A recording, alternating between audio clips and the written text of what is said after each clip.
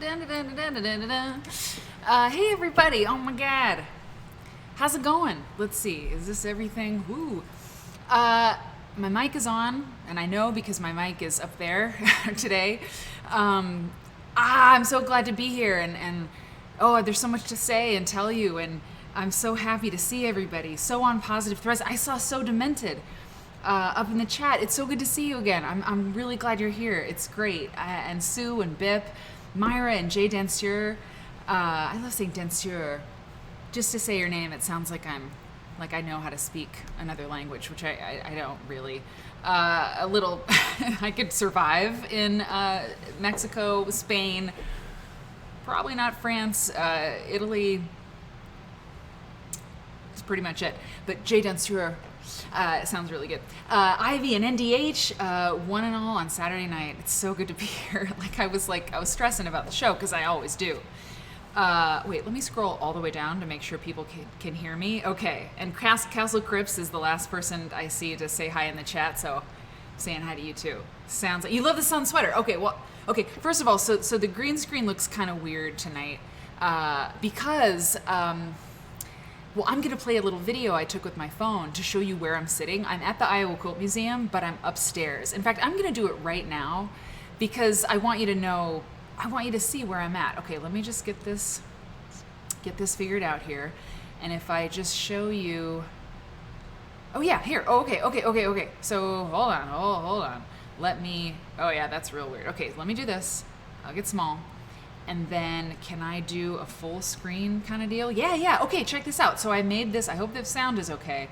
I'll turn up my thing. So I made this video just a little bit ago. This is where I'm sitting right now. You can see the green screen. And, hey, Positive Threads. Oh, it's really good to see some positivity in the chat. Okay, I mean, there's always positivity in the chat, but in general, I could use an infusion. Okay, check this out. Be for 2 more days. This is upstairs from the Quilt Museum. And yeah, so the museum's below us. They do yoga classes here and bar classes. So and look, hey, there's a quilt on the wall. Whee! So anyway, this is like a raw space, and it's been perfect for working on my slides and everything. So then now I've got it set up for the Twitch show. So yeah, I'm ready to go. It's gonna be awesome. Okay, bye.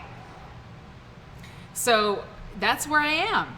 Okay, let's see. Opening scene. Let's get that out of there. Whoa.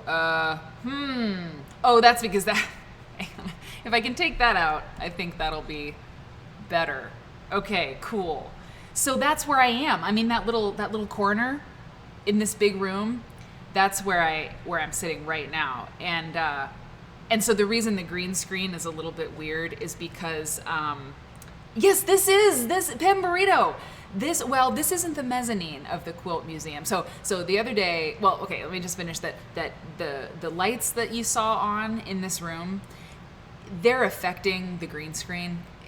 It's all technical, kind of boring, but if you have light that isn't equal on you, the green screen doesn't like that.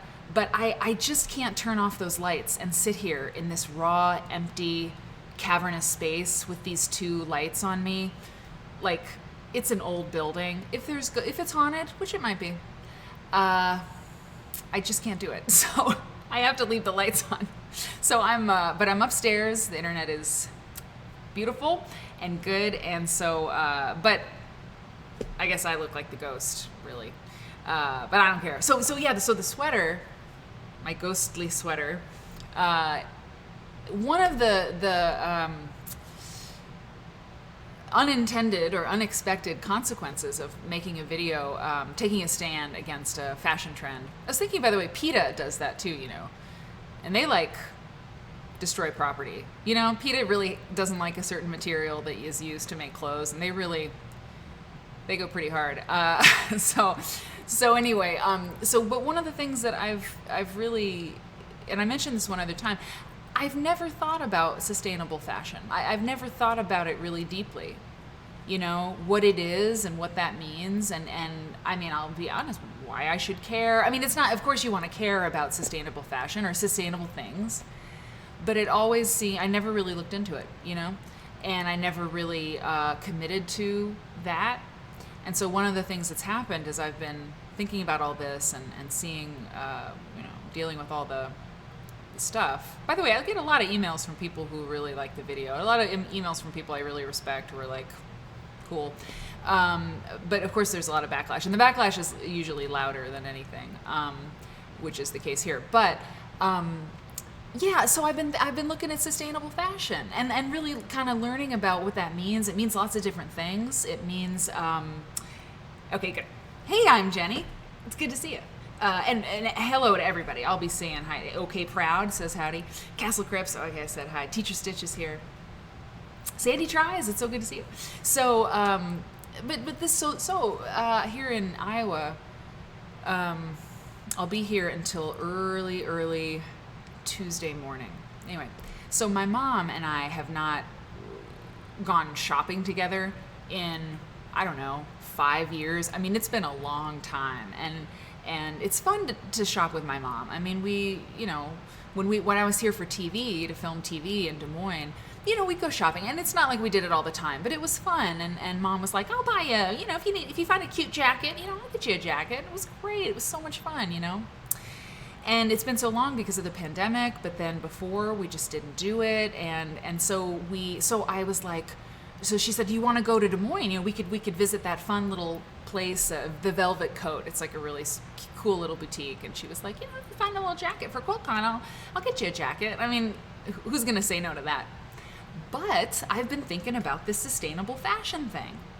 And so I was like, I'm going to talk about the bras. I'm going to talk about the bras for sure. Hey, Court Quilts. And so I was like, well, I'm telling you, I want to go shopping, but now I'm like, I want to buy sustainable fashion. I want to know what I'm buying. I think it is important. It's obviously very important to a lot of people. So I Googled sustainable fashion, Des Moines.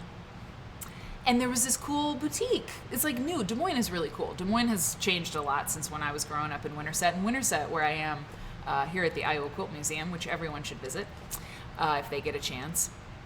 It's about 35 minutes from Des Moines. So when I snuck out of the house in high school to go to the coffee house to do my slam poetry, it was about a 35-minute drive in my grandma's car. I named it Honky. Yeah. So it's not that far away. But anyway, so Des Moines has become even cooler than it was before. And there's this really cool, it's called Marnie, it's M-A-R-N-E with a line over the top. And this gal runs it, and Marnie's her dog. She named it. Anyway, the point is that she focuses on stocking designers that use sustainable practices, whether that's making things in small batches or sourcing their materials.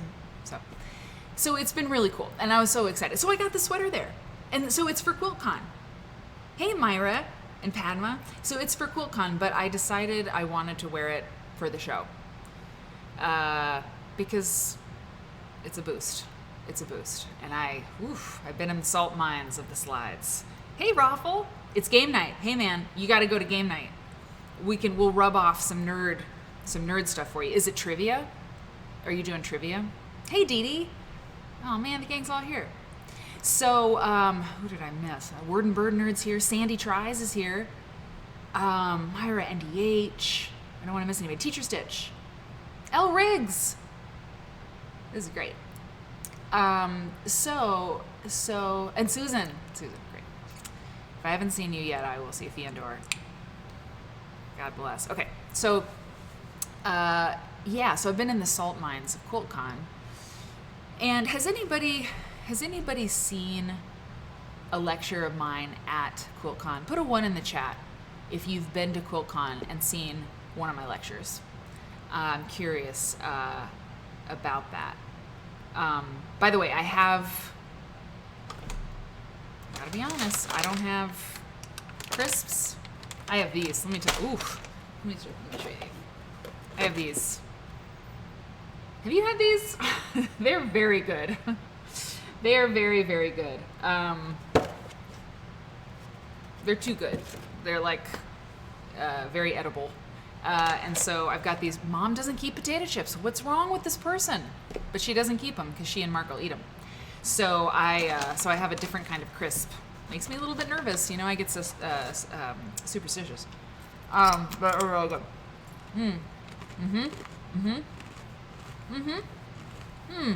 Oh yeah. Well, yeah, you know, Myra made mention that somebody's gonna wear their quilt coat to QuiltCon to stick it to the quilt police. I figured.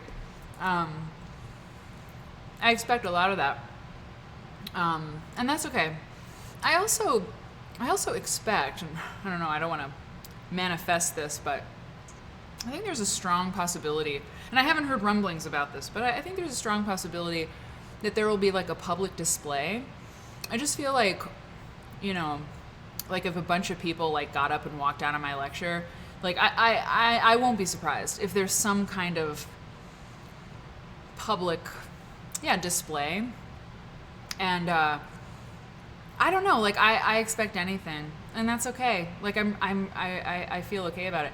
As I mentioned the other day, maybe I should bring crisps on stage to the lectures. And by the way, I saw that Werner, Dee Dee Brew Crew, okay, L Riggs, some folks have seen me lecture at QuiltCon. Anyway, so I'll get back to what I was going to say about that. But the QuiltCon thing, I mean, I think if you saw the tour through the Iowa Quilt Museum exhibit of Deeds Not Words the other day, man, that was fun. Oh man, I had so much fun with that. It was great to see everybody there and work that out, how to do Twitch on location or a live stream on location.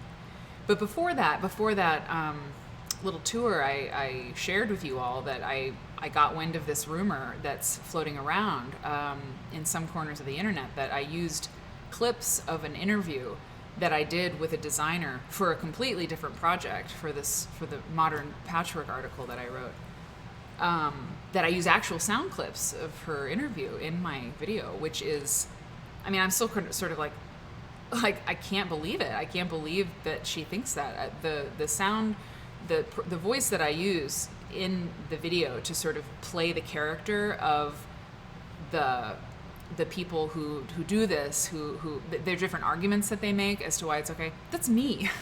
That's my voice, and I didn't even script it out. I just kind of riffed on a voiceover as I was making that video. It's my voice, and I did a radio effect. There's all these different effects you can put on audio on Final Cut Pro, and I used radio. I just like the way it sounded, and so this person thinks that it's her. And as I've been thinking more about it, I mean, it's so insane. I mean, that's a lot. I mean, if somebody did that, is that even legal? Like, I'm just like, whoa, that's crazy. And of course I have the Zoom interview I did with her for that other project. I have my own sound files that I did. I mean, it's just, it's so intense of an idea that somebody would do that, that it's kind of like shocking to me. It's a really bad accusation. If I thought somebody did that to me, I would be furious. And of course, if someone accused me of that, I'd be pretty mad too. But I've been trying to figure out what to do.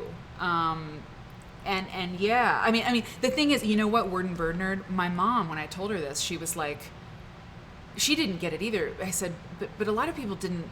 I mean, I was like, did people really think that? And like, I've heard from a couple of you too. They were like, I didn't know who it was. I didn't know it was you. But a lot of you have said, like, of course it's you. But Mom was like, but they hear your voice all the time. What's crazy to me is that someone wouldn't know their own voice. Like, did they listen to it once? Because if they listened to it once and they were like, that's me, then maybe that's why they think that. But like, you should listen to it again. It's definitely me.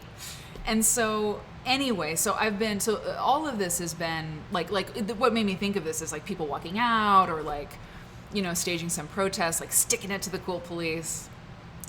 Maybe I am the quilt police. I can own that. I can own that on this issue for sure. If that's what it is. I don't think it's the same as like, you're not doing that right, but maybe it is. I don't know. So, in terms of staging protests, like I can handle all that. What's really sucks about this wrinkle in the whole thing because let's just examine what that accusation is. That accusation is that I did an interview. So I think the idea is that I lied, that there was an interview at all, or an article. That there was, this idea is that I made up an article. I made up an article and told this person that I was going to interview her for this article. And then in order to entrap her to get sound clips for an entirely different project.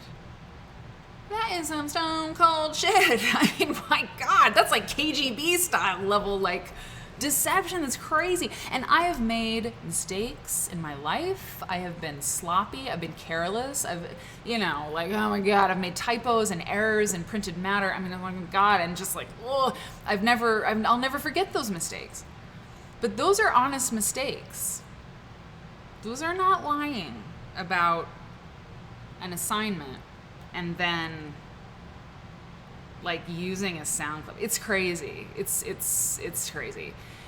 So what I've decided to do, I know it's so devious. I'm like, it's just crazy. I just never would even imagine that. It's like, I don't have a criminal mind because a lot of times I hear about crimes and I'm like, oh, people do that? It's like, I don't think like that. So I'm just like, oh my God, why would anybody even think of doing that? Because, it just doesn't occur to me to like do a crime like that. I mean, I don't know. So what I've decided, and I've talked to a couple people, oh my God, Joyous Fibers, thank you. When you don't lie and someone accuses you of lying, it's just the worst feeling, kind of heartbreaking. Totally. Because then, what is it, Lady Macbeth, in Shakespeare, the lady doth protest too much, because she's lying about, killing, somebody. I almost said Ontario. Definitely not a character in Shakespeare. But if you say, no, I didn't do that, I would never do that. And you have to be like, no, I didn't do it. And the more you're like, no, it's like, oh, what do you have to hide? You're really saying that over and over. It's like, I didn't do it.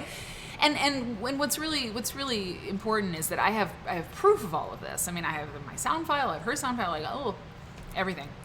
But anyway, what I'm going to do, yeah, KGB, you guys are, yeah. This is all a front, quilt nerd. Quilt nerd indeed. But what I'm going to do is I don't blog these days, but I am going to write a very succinct, not emotional, not commentary on the whole thing, but a very clear, succinct statement. In the statement, I will have several people look at it, including my friend who is, let's just put it this way, she's familiar with formal statements, She has a background in law, okay? So she's going to take a look at it, me too. Not that we're talking about that level of stuff, but let's make this very clear. And I'll say in a very formal, neutral way that since the release of my video, there have been accusations of X, and this is untrue. And I'll just state for the record, for the literal record, the public record, hey, Crafts for Others, just subscribe. I see a crime show, I always want to know how and why. Oh, no, I gotta read. Oh yeah, I see a crime show, I always want to know how and why the person thought they could get by with it. Get away with it. Like, oh my God. Like, what exactly? Like, how would that work if I was like, haha, I've got her captured. What's also true is like, there's so many designers. Okay, so, yes.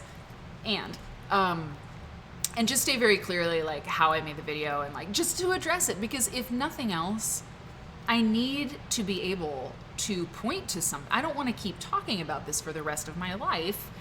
So I can say, if people are like, you suck, you did that thing and you used that girl's interview, I can be like, that is not true. Please see this blog entry. I have addressed this on my blog. So see blog entry on date, because I mean, this is, it's wild. It's just totally wild. And, yeah, I didn't even know about it until Thursday when someone was like, so when you use the sound clips of the person's interview, I was like, what? What are you talking about? Oh my God. So anyway, so that's what I'm going to do. And I think it's the way to do it. And that's the deal. Oh my God, Padma. Padma says, my family are liars, so they just assume I'm a liar too, which is hurtful. Okay, there's a lot in that statement. Are you coming to QuiltCon? Because that's like a margarita conversation where you're like, tell me about your family. And I'll tell you about my family. Eric's family is similar. When I met him, and I'm not saying your family is criminals. I'm not saying that. But when I met him, he was like, my family is degenerates and drug addicts and criminals, like in prison. I was like, oh, no, they're not that bad. No, they are. They are. We've decided he has the worst family. Yeah. There's really a lot of people in prison, and it's rough. But anyway, so Padma, when you say that, like, I'm from a family of liars, I understand. I understand this can happen. My stepdad, Mark, says the same thing of his family. It's just, he's like, they're all horse traders. I don't know, maybe that's a really offensive thing to say, but thanks for subscribing, Crafts for Others. I really appreciate it. And you know what? Somebody else, hang on now, I gotta get back up here a little bit, and then we'll get on with the show. But this is the show, right? Right now, it is the show. Let's see, somebody else subscribed. Fiandor, didn't you? I think Fiandor signed up. M. Hicks, I don't know if I said hi. I don't know if I said hi to you yet, but anyway, well, I'll make sure I can do the best. I'll do the best I can with making sure to say thank you to people everybody who subscribes. I really appreciate it. Prairie Susie says, a clear, succinct statement that the video was your heartfelt opinion and the video contains only your voice and fair use content. Indeed. That's important. I don't want to have to say it, but I think I better. Because the thing is, in the video, I say that some of the designers who make these clothes are lying about using old quilts. And, I don't name anybody in the whole video. There's a lot of designers who do this. So that's like a blanket, that's my opinion. It's different when you say a specific person trapped you, lied to you to get something. I mean, it's different. I'm asserting something, and this person is accusing something, which if I had said, Quilt Clothes Inc., you are a liar. And I want the world to know that. Like, ooh, that's kind of, I wouldn't do it.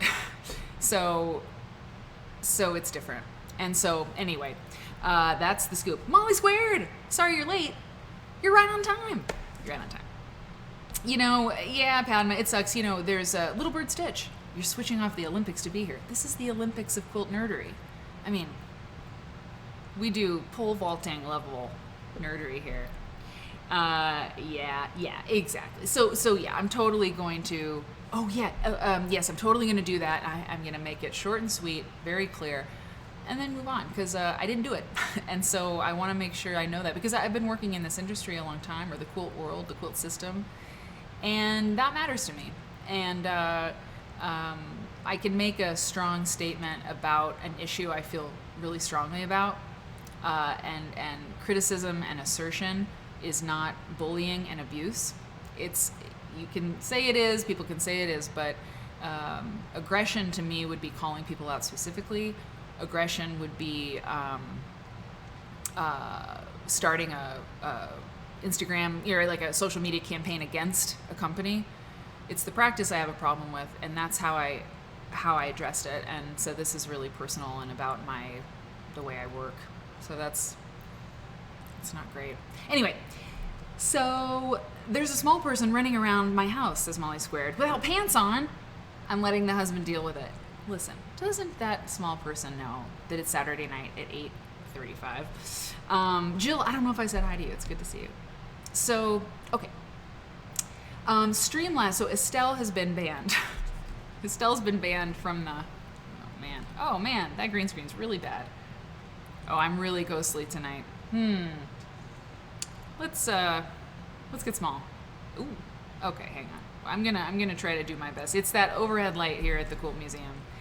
It's messing everything up. But I'm gonna do a little work on that. How's everybody going? How's everybody doing? What's going on? Are you sewing tonight? Are you doing any sewing? Woo, there we go. Hang on. Are you doing any stuff? What's new? Okay, it's a little bit better. Maybe I should quit while I'm ahead and just let that be. But no. Oh no. Not me leaving things alone. Not me leaving well enough alone. Okay. Yeah. I like that. It's a little bit less ghostly. I feel more realistic. Yeah, are you sewing? You're in the sewing room. Jill, you're always in the sewing room. I mean, it's lovely. Maybe. I feel like you are always working on something, which is so cool. I feel very, very jealous of that. And Dee Dee Brew Crew's working on your Bronte sister block. That's awesome. Molly's sewing. The Write Down is sewing. Yes, the Write Down. Were you sewing last time? I can't remember. Sometimes I remember these things. Sometimes I definitely don't. Well, I'm going to be, I'm going to have an aura just because the lights are the way they are. Quilting Time is sewing. Joyous Fibers is sewing. Bip is sewing. Everybody's sewing. Write Down.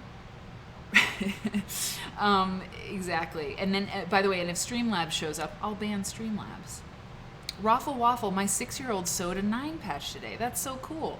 Well, you know, that's so strange.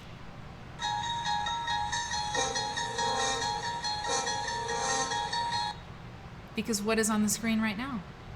I mean, really, there's weird moments of the show, and then there's weird moments. I mean, there's Twilight Zone moments, and then there's Twilight Zone moments. I mean, the quilt on the screen is a 9 patch, and it's a child's quilt.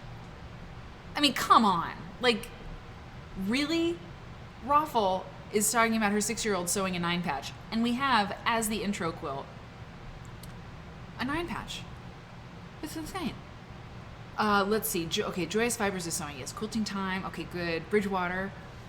Bridgewater says, tell your 6-year-old she's awesome. 1,000%. Dana's cleaning the bathroom. I love cleaning while I'm listening to a live stream. It's the best. Sew on Positive Threads. Design quilt labels today. Print and stitch. Love it. Jade Ensure, cutting fabric. Prairie Susie was working on quilted pillows for the daughter-in-law, but the iron died. That's not good. They do not last 25 years. Indeed. But you're doing hexies. That's great. Holmes is on the sofa with a pup and a glass of wine. I have a little glass of wine, too. I do. I have one. Kelly is drafting your layout for Dear Jane. I love it. Oh, Dear Jane. I mean, that's a bucket list quilt for a lot of people. M. Hicks is relaxing. 100% approved. And yeah. Okay. So the quilt behind us, it's a very specific, I mean, I chose it for a reason. Sometimes I just like the quilts, and that's the reason that I choose them. Oh man. But tonight is Little Bird's knitting a hat. Tonight this quilt is it's very simple because I have to remember at this point in QuiltCon prep to keep things simple. And I was like, what is the simplest quilt? And I was like, well, maybe a bar quilt would be a good option for something very simple. Hey, Elizabeth, did your nails tonight? Oh, jolly.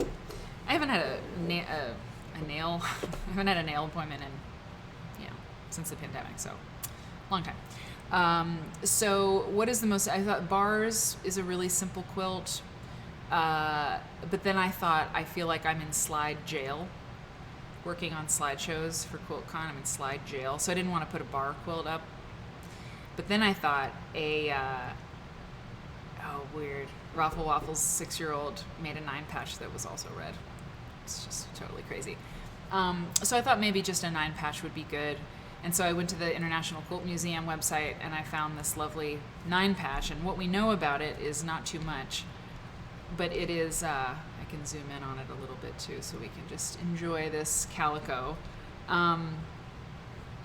Unidentified maker, made in the United States, crib or doll quilt. It's hand-pieced and machine-pieced? That's interesting. It says pieced hand, pieced machine. I wonder if they mean quilted? It's quilted by machine, I think. I don't know. That might actually be a typo because it says hand-pieced, hand-machine, but hand-pieced, machine-pieced, but Nothing about the quilting, which they usually have. So I think maybe they mean it was machine quilted, but we don't know for sure. But it's a 15 by 12.5 inches, made around 1895. And it is in the collection of the Mary Gormley collection.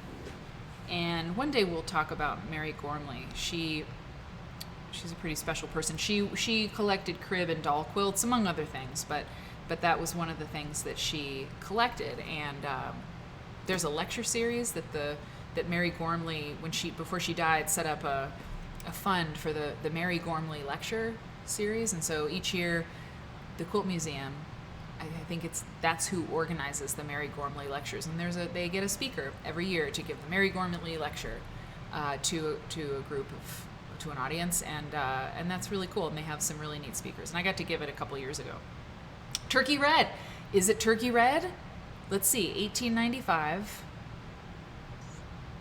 Yeah, it might very well be turkey red. Yep. Ooh, hey, look at this. Look at this. And we can figure it out. But if we go back to the Quilt Nerd Show on Turkey Red, we could definitely figure it out. Look at this. Look at these little stitches up at the top. Okay, hang on. Let me bring it down.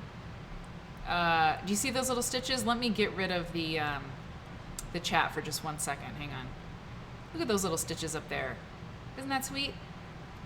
Yeah, I feel like maybe the child took a few fun stitches. I mean, those look like stitches that a child took, don't you think?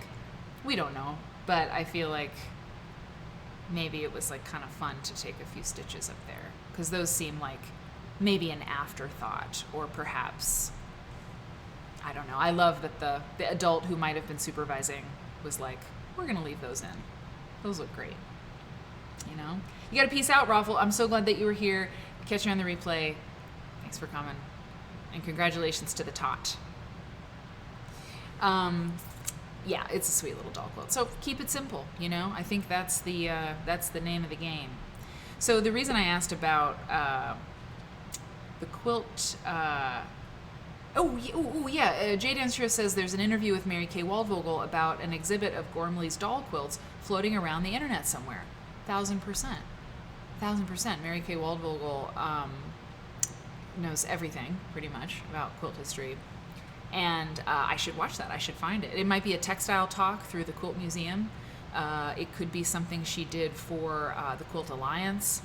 Who knows? But if you Google Mary Kay Waldvogel and Mary Gormley doll quilts, you'll find it. I'm sure. Okay, so the chat will reboot up there, I'm sure. So the reason I asked about the lectures is because QuiltCon is such a big... Oh dear. QuiltCon is such a big part of my year, because I often have so many lecture or things to prep. I usually pitch a few lectures, probably. I pitch 2 at least from year to year. And what I do is, sorry, I'm just trying to do a little bit better. It's probably not going to help because of that overhead light, but you know, I don't know. I like things to be nice. We can't have nice things. But if I plunge this whole place into darkness, I'll be scared. I'll be scared that there's a ghost over there and they're going to come get me while I'm doing my show. Okay, enough. I can't fix it. It's just going to be that way. When I give a lecture at QuiltCon, it's a debut lecture. It's something that I've never done before, because when I pitch an idea for the next year's QuiltCon, the whole purpose is that I want to learn something.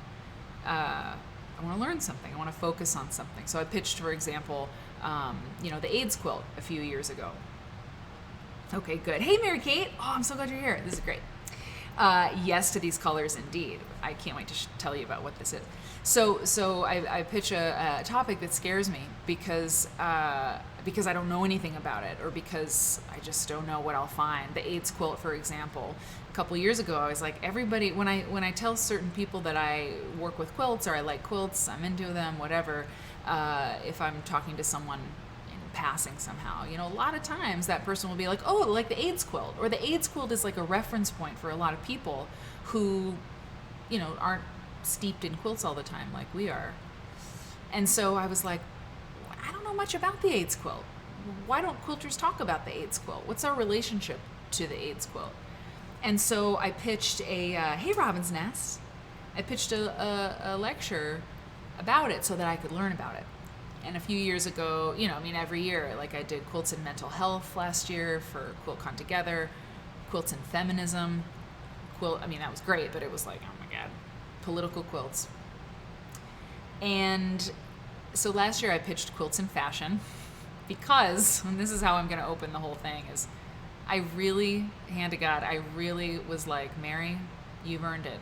Just do something fun for once. Not feminism, not politics, not mental health. Do fashion finally. And here we are. So, because it was in doing the research for the lecture and for that article, as in the internet research for the article, that I really uncovered like what I see to be as a really big problem for quilts. And so that's not been easy. But then the other lecture I pitched is Quilts in Fine Art. And the whatever the lecture is, I usually have about 170 slides for each lecture. That's average. Because I don't like it when I give a lecture and one image is on the screen for a long time, like it has been right now. Quilt Nerd is different. A little bit. So when I say I'm in slide hell, I really am. And it's not like I waited till the last minute to do all of this. I start thinking about these lectures and kind of like sketching things out in my mind months ago. I started to really figure out like, what am I doing? And months ago I started researching. Like last year I started researching. But now comes the slides, now comes the slideshow stuff. And it's crazy because as I make these slides, the structure of the talks change and stuff. So I thought one thing I would do tonight, I got a bunch of stuff because we couldn't do it with a show on Tuesday because the museum was open. I couldn't do it. But I have some stuff from Tuesday I could share. But then I also thought, why not? Why don't I show you some of these slides? Because I know not everybody can go. And I think the people who can go, it's not a spoiler alert or anything. And, it might be kind of cool to see what I got going on. So, yeah. So these colors are amazing. Agreed. So what are we looking at? And yeah, so the reason that this is here, Robin, I'm so glad you're here. This is op art, and the reason that I have op art up on the screen is because this lecture, Quilts in Fine Art, it's really blown my mind. It's really blowing my mind, and that's the best thing that can happen with a QuiltCon lecture because I want to learn stuff. I want to learn stuff. That's what this show's about. You all feel the same way. Like, I want to learn stuff. Well, op art comes into the picture when we talk about quilts and fine art. Because, and let's look at some. Look at this. This is a sculpture. I'm gonna dip out here. This is a sculpture by Victor Vasirelli. Vasirelli, I don't know how to say his name. Vasarley.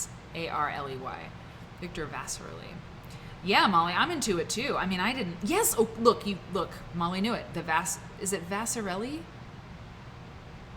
Give me some phonetic action. But this is a sculpture. It's called Felhoe, Felhoe, 1989. Now, Vasirelli. Okay, so op art. So op art. This is much earlier. This is 1971 by Tanya Pfeffer. It's called Infinith. Op art is the 1960s is when, my understanding and the history I've read, is that op art was happening in the 1960s in New York. Let me pull this up. Op art. So this is from Visual Arts, the Visual Arts website. Nope, we're not reading that. Hang on. Yeah. Okay, so this is from the Art Story, and it's a op art overview. Here's a summary. Artists have been intrigued by the nature of perception and by optical effects and illusions for many centuries. They have often been a central concern of art, just as much as themes drawn from history or literature. But in the 1950s, these preoccupations allied to new interests in technology and psychology, and it blossomed into a movement. Or optical art typically employs abstract patterns composed with a stark contrast of foreground and background, often in black and white for maximum contrast. Okay, so let me show you, let me get to the black and white thing. Now listen, I gotta tell you, I wondered if I should even say, you know, if you have like, I mean, I don't know if like, you know how, like, if there's flashing lights in a show or something, they warn you about it. I don't know, but the next piece, let me see. The next piece, this is weird. So if you get dizzy or something, I'm not kidding. I've got a visual op art content warning for you, because this is crazy. This is crazy. That, I mean, that's a two-dimensional plane. That is a plane, but it sure wiggles. So this is by Bridget Riley, one of the most famous op artists to come from all of that. It's called Fall. It was made in 1963. So often, so they're like often in black and white for maximum contrast. And op art is to produce effects that confuse and excite the eye. Initially, op shared the field with kinetic art. Op artists being drawn to virtual movement, kinetic artists attracted by the possibility of real motion. It attracted a wide international following, and after it was celebrated with a survey exhibition in 1965, Elizabeth loves Bridget Riley. I mean, I do now too. Check this chick out. Is she cool or what? So at the Museum of Modern Art. Okay, so this big survey in 1965. This is so interesting. Just you wait when we get to the next year, 1966, and what happened with quilts. Okay. It caught the public's imagination with that survey, and it led to a craze for op designs in fashion and the media. To many, it seemed the perfect style for an age defined by the onward march of science, by advances in computing, aerospace, and television. Look at this chair. This chair is I've got a bunch of images of it. It's an op art lounger. 1960s, op art chair, 1960s. Yeah, an age defined by the march of science, by advances in computing, aerospace, and television. But art critics were never so supportive of it, attacking its effects as gimmicks. And today, it remains tainted by those dismissals. Oh, art establishment, you're so lame. Ugh. Well, yeah, I want this in my house too. I need that chair you're all like, I want the chair, give me the chair. Yeah, I mean, just imagine like a great looking quilt hung over the back, be pretty good.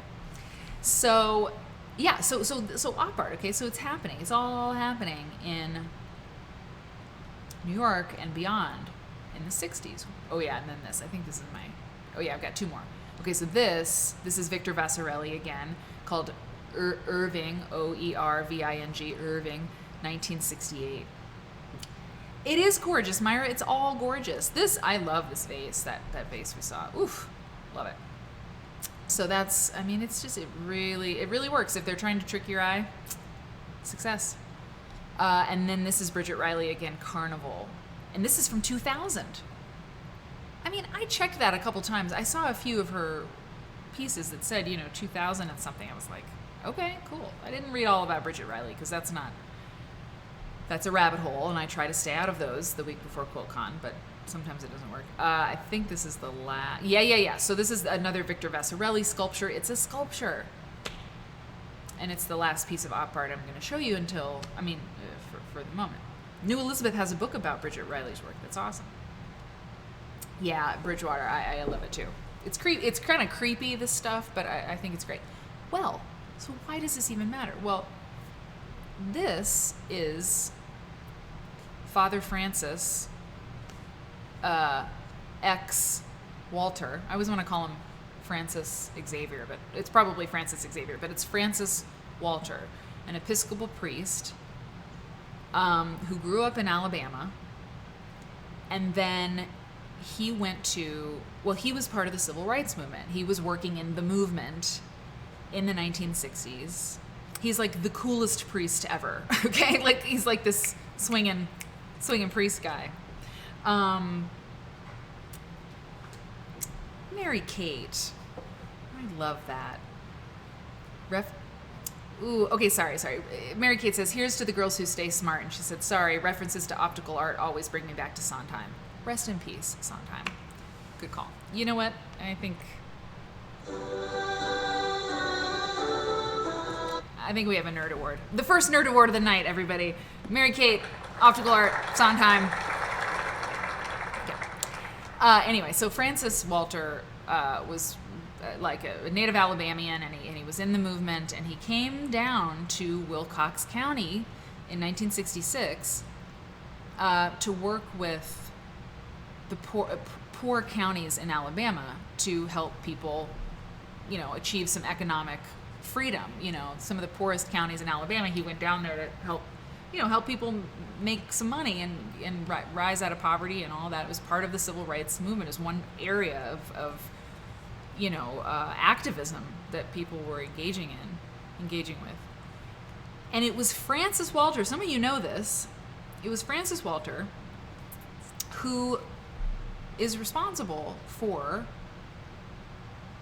the women of the Freedom Quilting Bee in Geesman, Alabama, and Boykin, Alabama, among, Wilcox County and surrounding counties, they made the Freedom Quilting Bee happen. But it was this guy it was Francis who saw quilts hanging on the clothesline, and he was, in these communities, and he was the guy who said, ladies, I have an idea. These quilts that you're making look a little bit to me like op art. And op art is like all the rage in New York because he had been in New York. Because remember, he's the coolest priest ever with his Ray-Bans or whatever they are. That's right, Kelly. He's the cool priest that helps Gee's Bend blow up on a global stage. Exactly, in the 1960s. So he was like, hey, I think you should maybe we could do something here. And he's an ally in this. The Arnett guys later in the 90s and the 2000s, like, sorry, dudes, like they're not the heroes of the story of the Quilts of Gee's Bend. But this guy, Father Francis, he was like, as long as you donate some of the money to the church, like he didn't take money. And I've read the book, Freedom Quilting Bee by Nancy Callahan, which is so good. Anyway, he's cool. We like him. He gets a thumbs up. Like, so far I have not heard anything horrifying about Father Francis. But it was op art that he was thinking of when he saw these quilts, and he was like, I think we should try to just sell these in New York, and you can raise money for your community. You can bring money into your community. And so they did. By the way, this is Estelle Witherspoon there on the left. I know she is a controversial figure in this community. That's her mother, Abrams, Ma Abrams, Willie Abrams, Willie Abrams. And Estelle Witherspoon ran the Freedom Quilting Bee for a long time. Was arrested at Selma, so that's why we made her a mod in this show for a while. But, this is great. This is Lucy Petway, in 1940s. Lucy Petway being one of the Gee's Bend quilt makers that really is one of the names. The Petway family, so many of the quilt makers of Gee's Bend, the Petway family looms large and all of that. And I just love this picture. I had never seen it before. Anyway, so they took quilts to New York City, Father Francis, the cool priest. And they did sell them in these auctions, and they sold them to people like Diana Vreeland, and they sold them to, who was the editor of Vogue magazine, and they sold them to Lee Krasner, who was this famous painter, and she was married to Jackson Pollock. And so when I talk about the history of quilts and fine art, or quilts in fine art, op art comes into this because op art was a link for these quilts from Alabama to enter into the fine art system. It was pretty interesting. So I've been thinking about that, and I wanted to share it. You know what I'm saying? Little Bird Stitch says, I see a connection with these Vasirelli sculptures and the giant quilt ball at the Fabric of a Nation exhibit. Yeah, we're going to play that song through. We're going to play it through. We're playing it through. We got a playthrough. Uh, yes, exactly. It's absolutely right. So, that's it. That's all I have to say about op art. That's the deal. That's what's going on with that.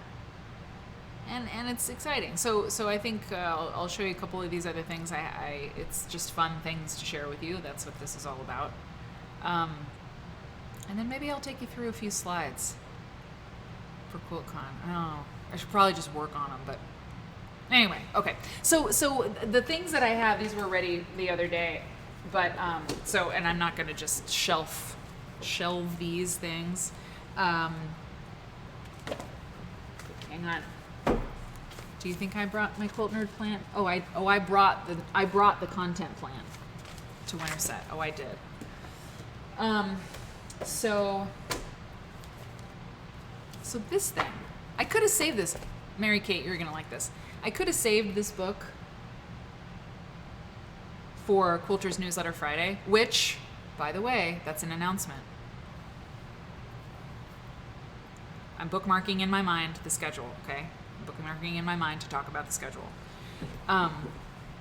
There is no Quilter's Newsletter Friday next Friday because I'll be at QuiltCon. But treats and fun will happen, I assure you, at various times. But usually we read an issue of Quilter's Newsletter together every other Friday night. And we did last Friday. But this coming Friday we won't. I mean, God, what day is it? Little cat. We would next week, but we're not going to. Okay. But this is a book by Bonnie Lehman and Judy Martin. So Demented has this book. Why don't you use it? Well, it's funny you say that because I don't know. It's amazing. It's not terribly user-friendly. From what I see when I look at it. But maybe I'm wrong. Maybe you all will disagree, and maybe I haven't really looked at it closely enough to make that call. But let's take a look at what we've got here. So this is taking the math out of making patchwork quilts. It's very thin. It's a slender volume. I love saying that. A slender volume. It was $4.95 up there in the corner. Whoops, you can't really see that. Let me bring it down. I don't think I can bring it down. Can I bring it down?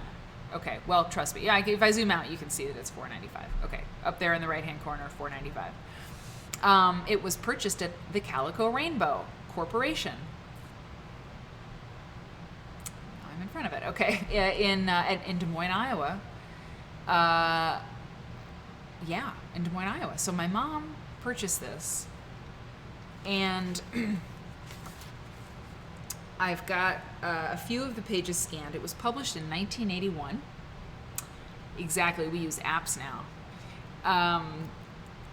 The book says, so taking the math out of making patchwork quilts, charts, tables, measurements, sizes, facts, figures, and helpful information for planning quilts by Bonnie Lehman and Judy Martin. And I think I just said it was published in 1981. By the way, this is all like hand. Oh, I love the art. It's just someone's writing. Like, when I was younger, and I really liked art, and I would do art, never really seriously, but I loved writing letters, writing the alphabet, writing different fonts or something. And this, I would just totally, get into writing words with serifs or something, and I love how it looks so much, it's not done by computer, it's done by hand, and computer stuff looks great. And I'm not saying everybody should go back to drawing things by hand, but I just love it. I love how it's all hand done, and I think it's great. And it's not perfect, it's not all on a line. You can't see the ruler lines that they had underneath these letters because they erased them, but it's possible you might have been able to see them if they didn't erase them really well. You know what I'm saying? The little stitches around the letters, just adorable. Okay, so here is about this 1981 Moon Over the Mountain Publishing Company.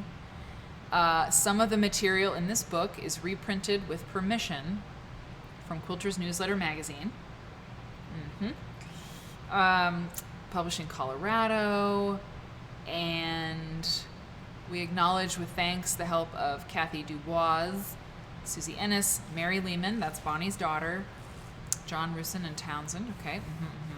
About the authors, Bonnie Lehman founded Quilter's Newsletter magazine. Oh no. In 1969 and remains its editor. For Quilter's Newsletter magazine, she produces an annual catalog of quilt making patterns and supplies entitled Quilts and Other supplies. Interesting. Entitled Quilts and Other Comforts. She's authored Quick and Easy Quilting. In 1980, she and Judy Martin co-authored the book Log Cabin Quilts. Judy Martin is a professional quilt designer, maker, teacher, lecturer. That's great. That's great. Look at those hyphens. I love it. Judy Martin is a professional quilt designer, maker, teacher, lecturer. She joined the staff of Quilter's Newsletter magazine as associate editor, Mary Kate, in 1979, the year I was born. Her third book will be published in 81. Okay. So if you like math, hey Frasnoel, if you like math, you are going to like this book. So there's my mom's writing her name in her book in case maybe she would lend it out or something. Rural Route 1. Rural Route 1? That was our address. I mean, I grew up in a very small town. Hey, Jay. Jay Porter, you might want to use an app, or you might want to get this book. Just, you'll see. It takes the math out of making things. It adds something else into making things that I don't know if the trade-off is good. But yeah, Rural Route 1, that was our address. You know, it was Rural Route 1, Winterset, Iowa, 50273. That was the address. Okay.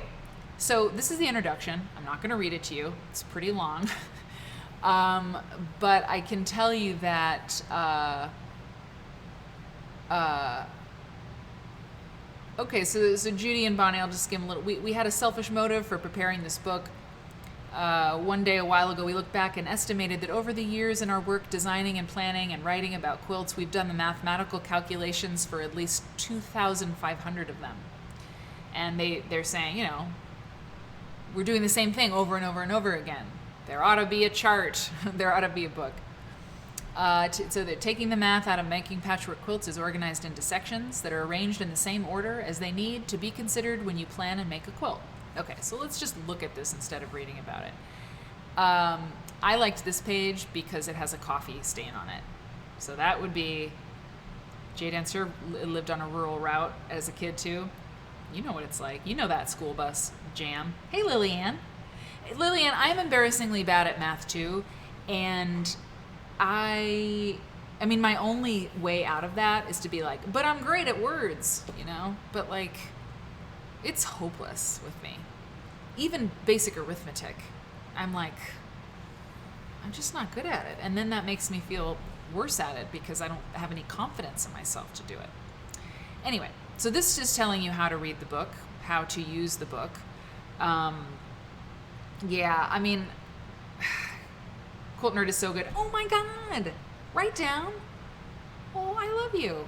I really do, a lot. Thanks, that was nice. A nice comment to see. Thank you for being here. Oh God, I was listening to the gospel music before. I mean, the kind of tent revival song that happens, and I got a little choked up because I'm really glad you all exist. Okay, so here's how to use stuff. This is what I really wanted to show you. The book is full of this, and I know that it's really helpful, but it scares me.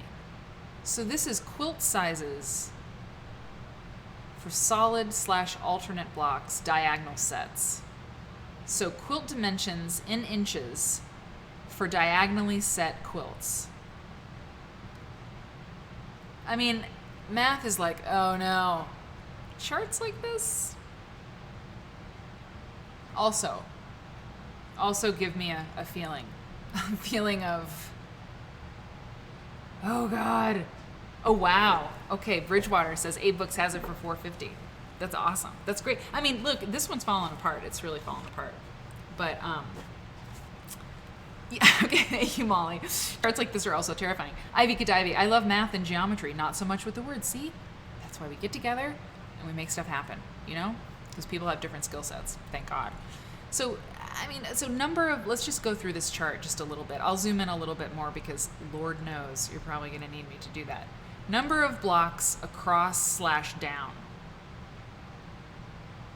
Okay. So, 3 block, let's just go with oh God, I can't even read it and it's so big in my screen. Let's go with, okay, my mom obviously circled something on the 4th line down. So the 4th line down is saying, 3 by 4, so 3 blocks across, 4 blocks down, maybe like a child's quilt or a doll quilt or something. Solid set numbered design blocks. Look, in the beginning of the book, they tell you how to use it. We didn't read that part, so we might not know how to read this exactly right, but even if we did, my eyes are swimming, my eyes are swimming. It's here's the thing, this is brilliant. I'm not trolling the book. I'm just saying, like, 1981, times were different. So how to use, and there's just so much text.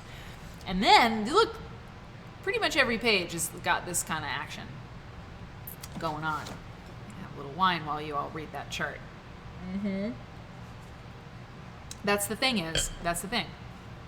Getting acquainted with the chart, like, that's eventually you're gonna be like, oh, cool.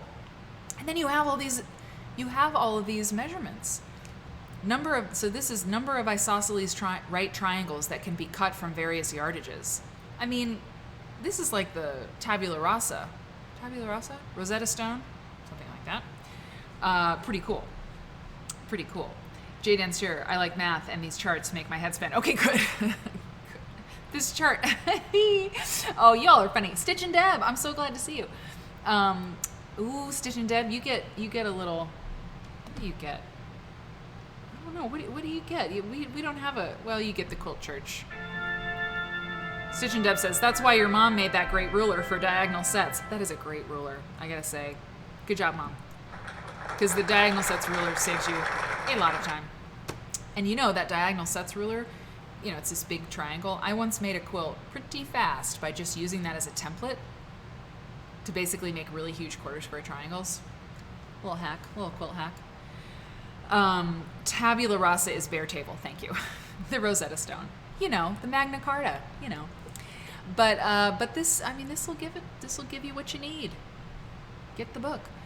Look at this, enlarging / reducing patterns. I mean, this is pretty valuable stuff. I mean, if you want to know how to enlarge or reduce a quilt, God bless you. If you can figure that out, I mean, Bonnie and Judy Martin figured it out.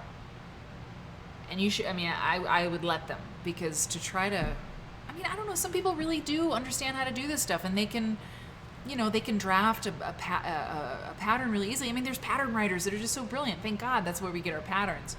But trying to figure out how many isosceles triangles I can get from a fat quarter, like, would you like to see me, how quickly would you like to see me cry?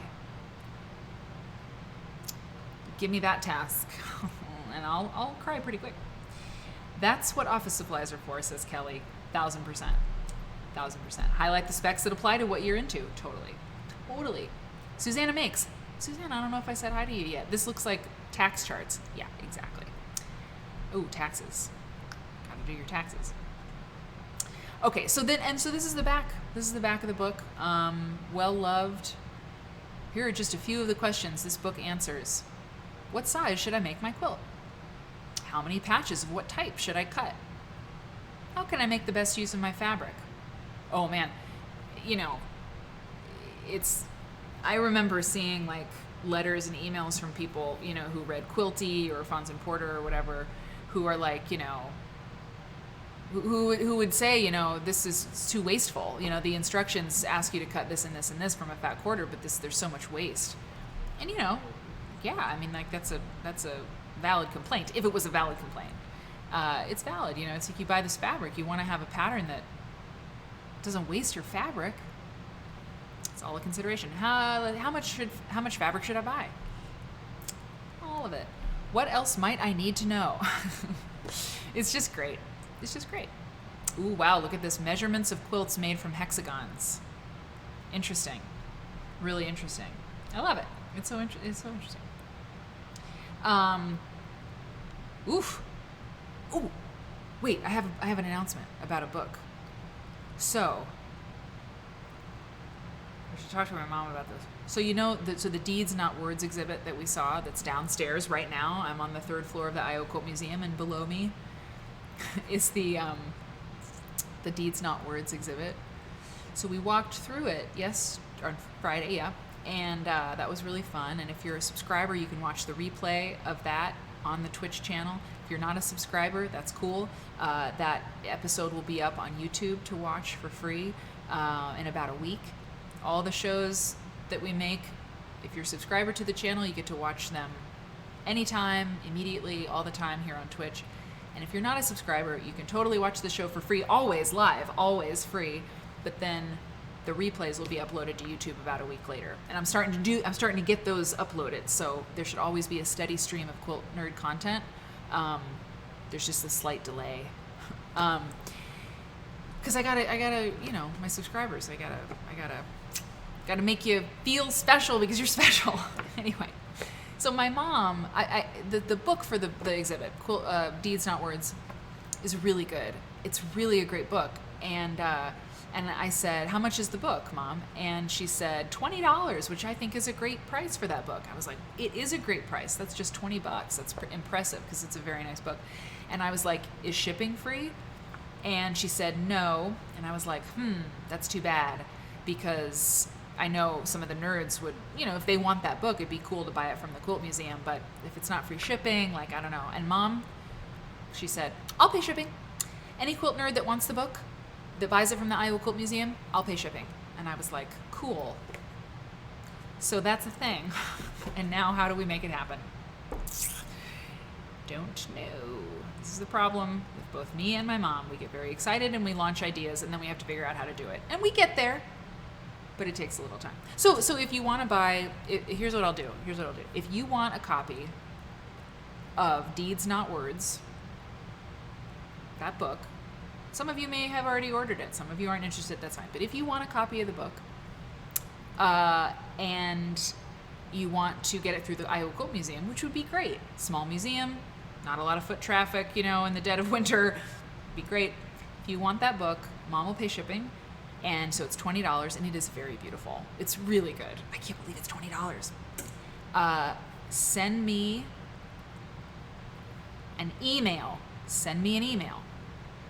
Twitch@maryfons.com.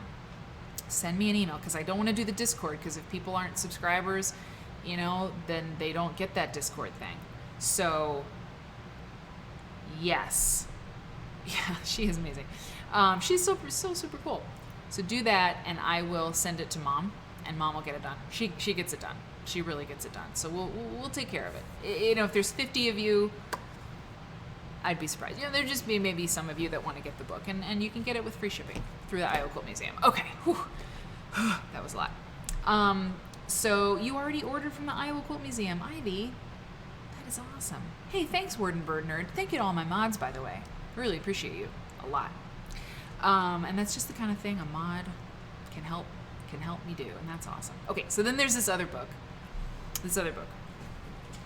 I pulled really old things, and I have this too, this Quilter's Choice book, and I was going to use that as the background quilt, the intro quilt, but I don't know. I decided to keep it simple. Remember that really simple 9-patch quilt? And this book, I don't know. It's quilts from the museum collection of the Spencer Museum of Art, and I don't know. It's all black and white, and it's fine. It's fine, but I don't know. It didn't grab me like this one. The Ruby Mckim book is a classic. It's true. This book is a classic. It's such a classic.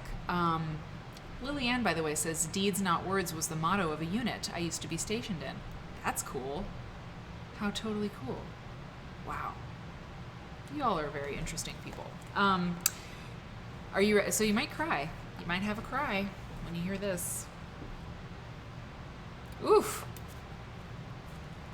So, I scanned this, I believe. Yeah, okay. So this is Ruby Mckim's book, 101 Patchwork Patterns. It is a classic. It's been reprinted who knows about how many times. 101 patchwork patterns, quilt name stories, cutting designs, material suggestions, yardage estimates, definite instructions for every step of quilt making by Ruby Mckim. So this is this. Okay, scanned it in. That is my grandma. That writing is my late grandmother, Dorothy Graham. And over there on the square, by the way, my grandfather owned a print shop, Joe Graham's Printing. That was my grandmother, Dorothy Graham, and that's Mom's mom, and Grandpa Graham. Did he own that? No, he didn't own that. There's something, wait a minute, I don't know if he owned it or if he was there. Well, anyway, he was here in Winterset for a while, and he was a commercial painter. My grandpa. And my grandmother started the newspaper in Norwalk, Iowa. She started a newspaper. She started the Norwalk newspaper. And so then my mom started a magazine. And then I'm in publishing too. I didn't start a magazine because I don't want to start a magazine, but I work with magazines. And this is a video magazine, right? Anyway, so that's my grandma's signature. And Mom, and it's 1972. Grandma gave this to my mom in 1972. And Mom, when I picked this book off the shelf, she said, "Oh, that was such a terrible year. Her dad, my grandpa Graham, was having heart surgery, and it was a really hard Christmas. But my grandma gave this book to my mom, and it was the first quilt book that she had."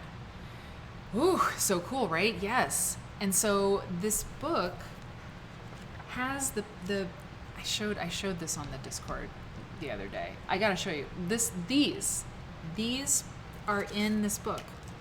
My mom saved the templates that and by the way, I don't give sneak peeks. If you're not on the Discord, and if you don't know what the Discord is, it's kind of like this clubhouse, that we have, and folks who subscribe to the show can chat. It's kind of a chat board, message board. People can post pictures of their projects and stuff, and it's just a lot of fun. But don't worry, if you're not on the Discord, it's not like I don't share all the stuff for the show ahead of time or give sweet previews of stuff like my mom's first templates, that she ever had. Ooh, Kelly, Printer's Kids, Ink in Our Veins. I want to know your story. That's so true. We really do have. I love a magazine. I want to work on a magazine all the time. I love it. Anyway, so the Discord isn't a super exclusive thing. I mean, we like it, but I showed these on that chat board the other day because I couldn't show them on the show because I couldn't do the show on Tuesday. It was lousy, so I wanted to give you something. But these templates were her first ever, and that is a cereal box template that you see. And I remember my mom cutting out templates from cereal boxes when I was a child. I remember it. And here's template plastic too. And so the pattern that she used for her first quilt was this. She made a quilt for her friend Marilyn, and she used this pattern, the basket of oranges. Only she made, and this is what the block looked like, only she made it a basket of lemons because her friend Marilyn liked lemons more. And you can see, let me hide my thing. Look at her notes. She's got yellow, she's got her fabrics that she's going to use in this. Yellow print. Yeah, this is 1000% light blue and something white. Hey, Kitty Hannah. Had to be a mom for a few hours when you got home from work. You know what?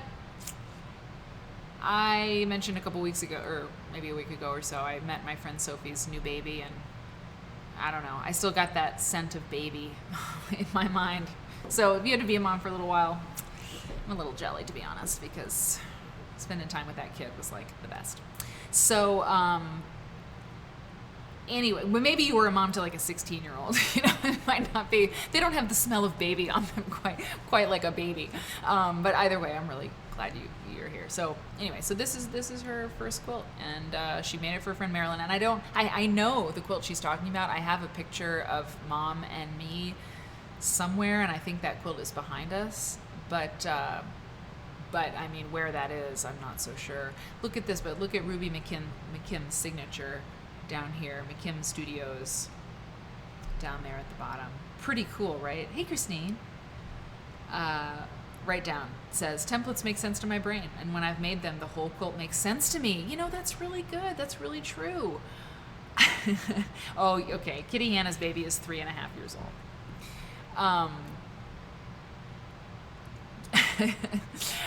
Yeah. So anyway, her quilt. So when Mom made this quilt in 1972, let's see, did she make it in 1972? Yeah, I mean, she has a picture of me, and the quilt is hanging behind, but it was like for a quilt show or something. I mean, she wasn't pregnant with me when she made this. I mean, unless I have my timeline wrong, but I don't. Because Mom told me this literally 2 days ago about all this. So this is interesting too. As I was looking through the book, look at this: a cut taken out of a page.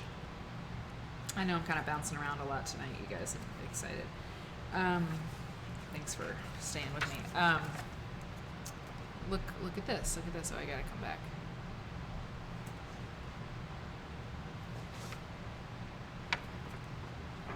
You see this on the screen? This cutout here, and I was thinking, what's strange about this moment in the book is that oh wait, who's got a Quilting Politic? You're gonna be a grandma any day now. Congratulations.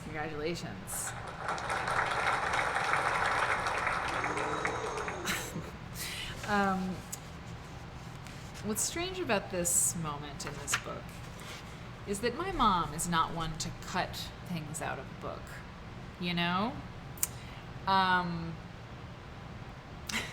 So Demented has respite from her family moment that she's having. My mom doesn't cut things out of books. So I was looking at this and I was like, interesting. You know, these kids that she had, speaking of kids, were pretty creative. And we liked art.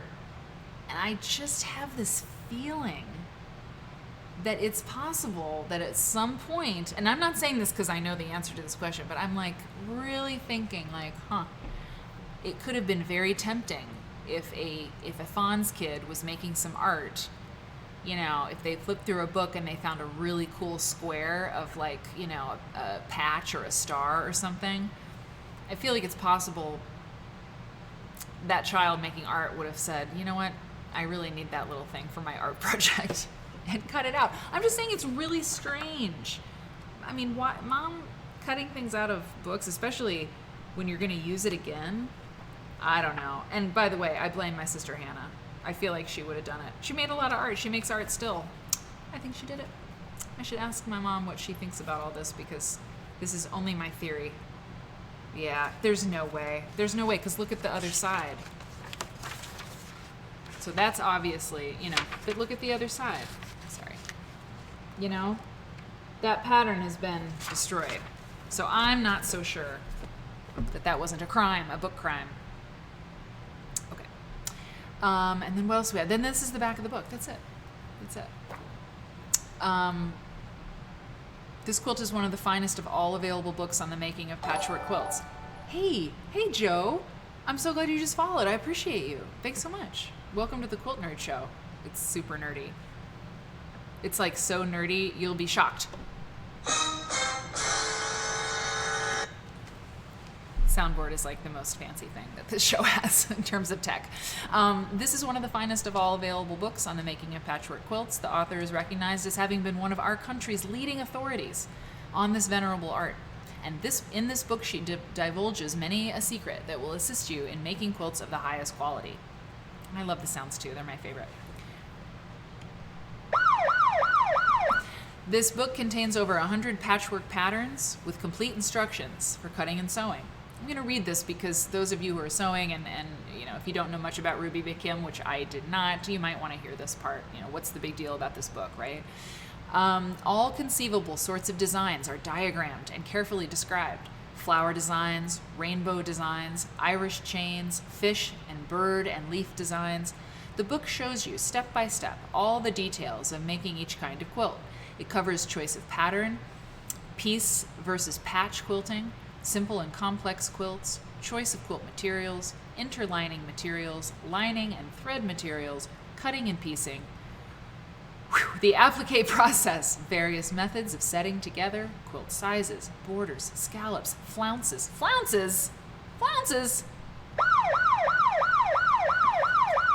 valances, straight line and close shell quilting, methods of methods of stamping, perforated quilting patterns, quilting the quilt, putting into frames, quilting in a small space, oh, that's awesome, embroidery, quilts, and many other topics.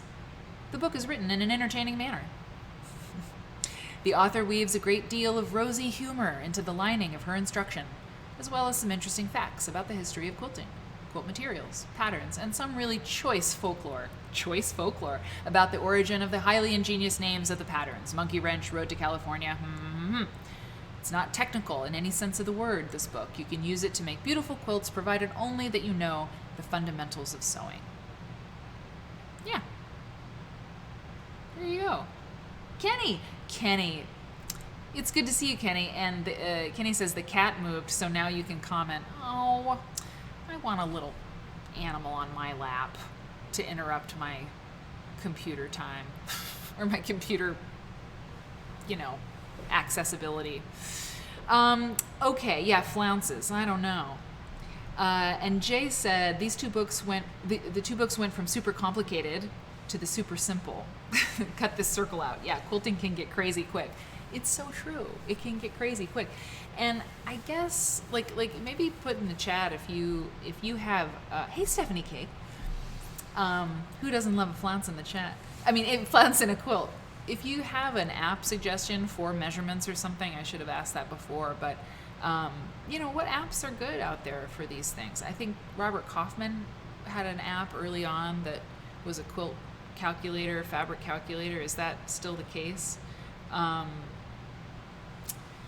Yeah, if you know some stuff, that'd be good. The write down, that'd be a good name for a cat. Flounce. I like that. Okay, everybody. So now I'm just gonna, I don't know. I didn't think about doing this. I mean, I really didn't until I kind of, started the show up and thought about, what to do. And so I'm gonna show you kind of what's going on with this Quilts and Fine Art lecture for QuiltCon. I don't know. It's not finished, but I can give you the idea of what I'm doing. And this might be a really bad idea, I don't know. Because here's the thing, today, I've been working, and today, my mom and my stepdad, Mark, wait, I got the screen covered up. Hey, Aki, I'm so glad you came by, and I'm glad you followed, and I hope you see something that you like here on Quilt Nerd. We're real nerdy about quilts. You guys remember when I first started doing the show and I would take like 10 minutes to describe what the show's about? Remember those days? Now I stopped doing it a little bit, or I made it shorter and shorter, and now I don't even say it. It's like, if it's not clear what the show's about pretty quickly, we're not doing our job. Anyway, so, but yeah, the show's about quilts, and we think quilts are pretty special because they show us the whole wide world, eventually. So yeah, I don't know if this is a good idea or not, but my mom and Mark came by my little space up here, and I got to give them the lecture. I got to kind of rehearse it a little bit for them, and it was really important because it was really important to do because you can work on a thing for hours and hours and hours. You can work on a lecture for hours and hours and hours, but until you really get it up on its feet and practice with someone in the audience, you really can go a long way down the wrong path, honestly. Wow, Liz D. Hi, Liz D. let's see. You're talking about some exhibits or some quilts. Saw an amazing Alzheimer's quilt exhibit once. Yeah, I think maybe I saw something go by in the chat about working on quilts as an outlet, or and there's there's conversation about that, and I've seen those things too. Those really really powerful exhibits about quilts and mental health, and sometimes you read the stories that people have with the quilts that they contribute to these exhibits or something, and so often you read that the quilts were an outlet for them to sort of process things that were going on. Anyway, so yeah, I was half in that conversation, really not even half in it, a little bit into it, and I know what you're saying. Let me just move on. It's been such a long day. Okay, so here is a little bit of this lecture, just to give you an idea of what I'm even talking about in the Quilts and Fine Art lecture. I'm not giving the lecture. That's not what this is. If you're expecting that, you're going to be sorely disappointed. But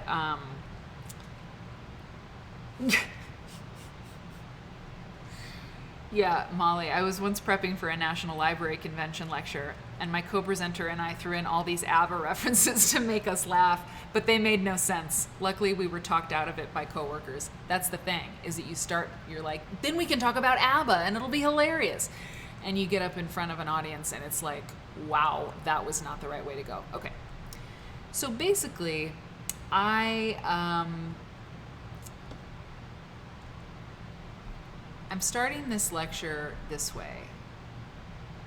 I say that years ago, I was listening to a writer deliver a paper. This was a YouTube video of her delivering a paper at the Penn Writers Conference or something. And it was Suri Hertzog was her name.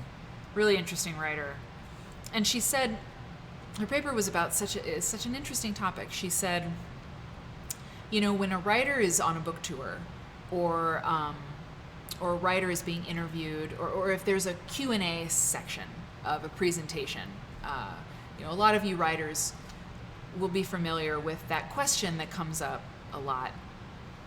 It's kind of a chestnut of a question, and it always seems to show up. Someone in the audience or the interviewer will ask you, where do you get your ideas? Or where do you get your inspiration?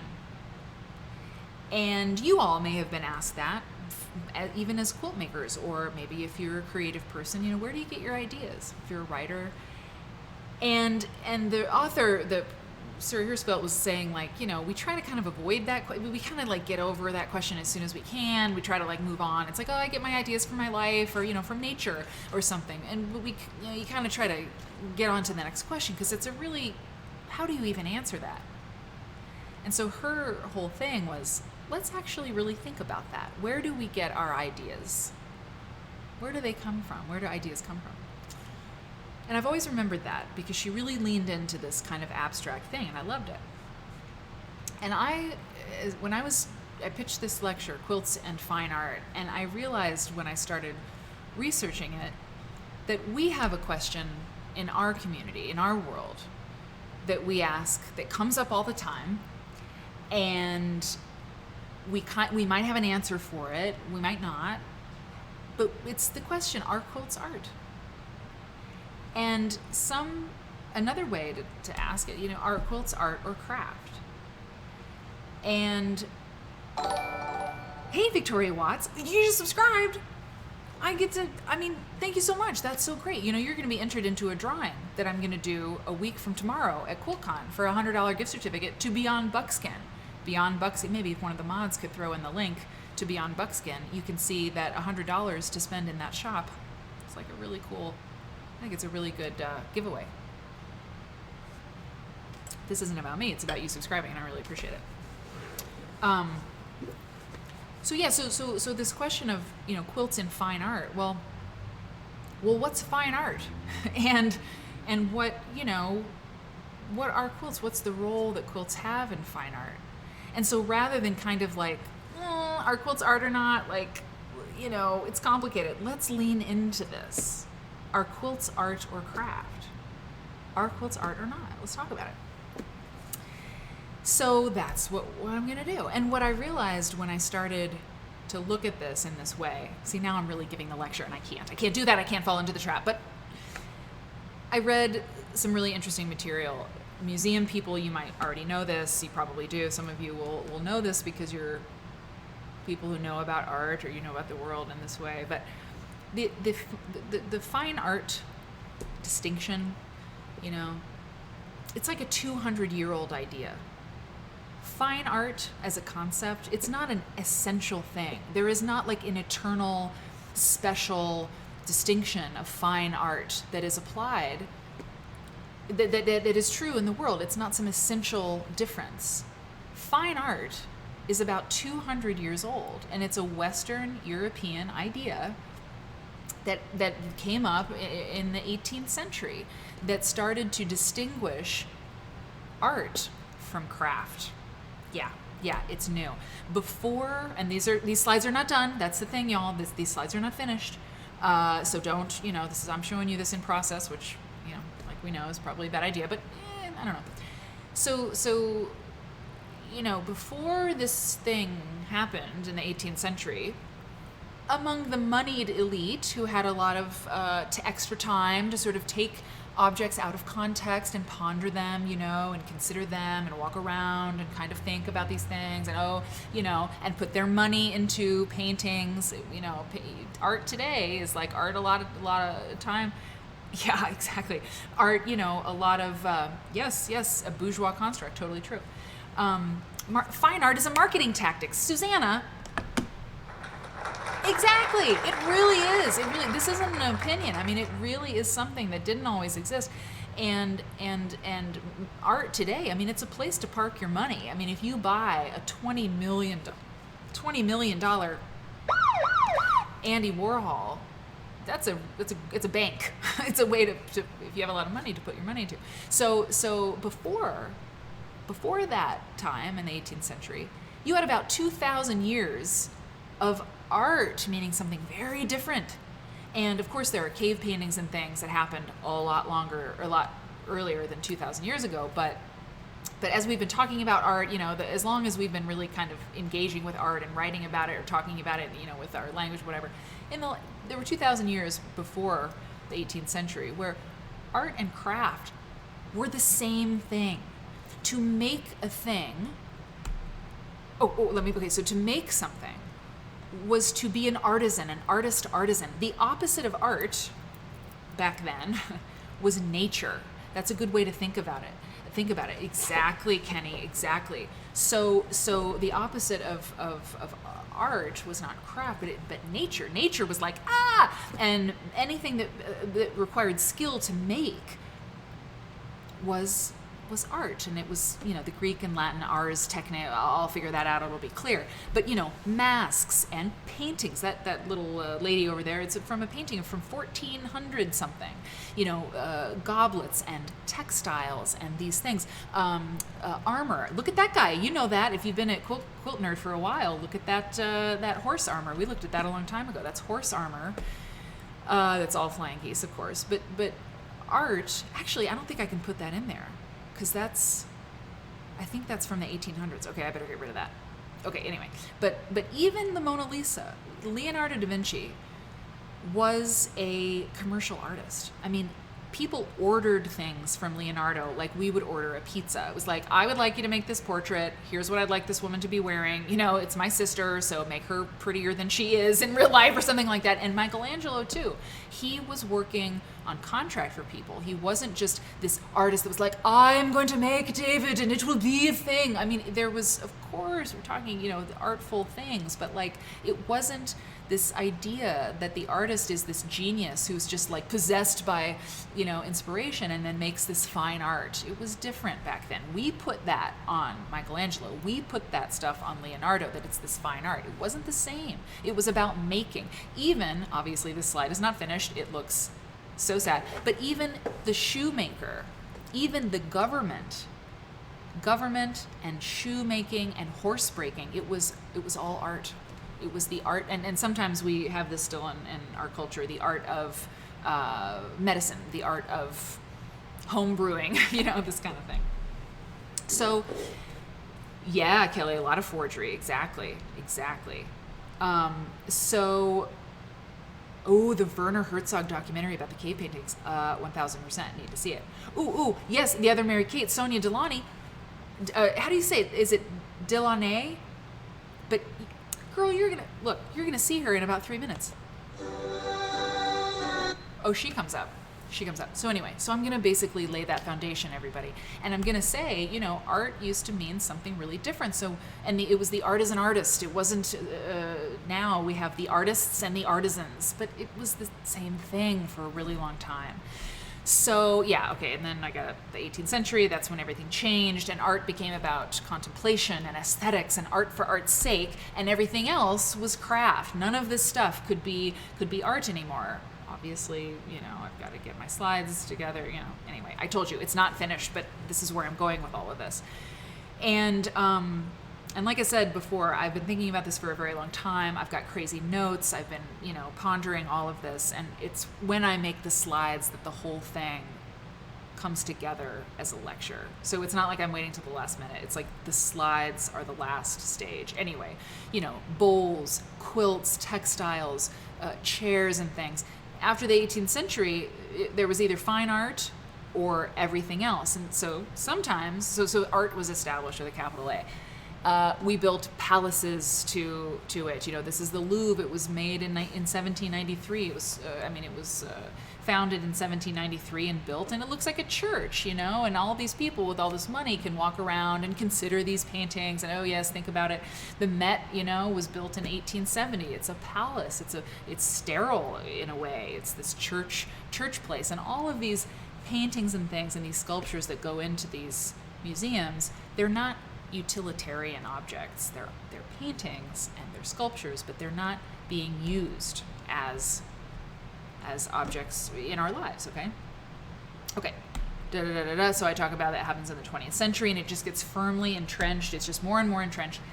There's art, and then sometimes there's other art, like decorative art. They allow certain things into these famous museums, but they're always qualified. So they'll allow useful items into the art museums, but they have these qualifiers like decorative art.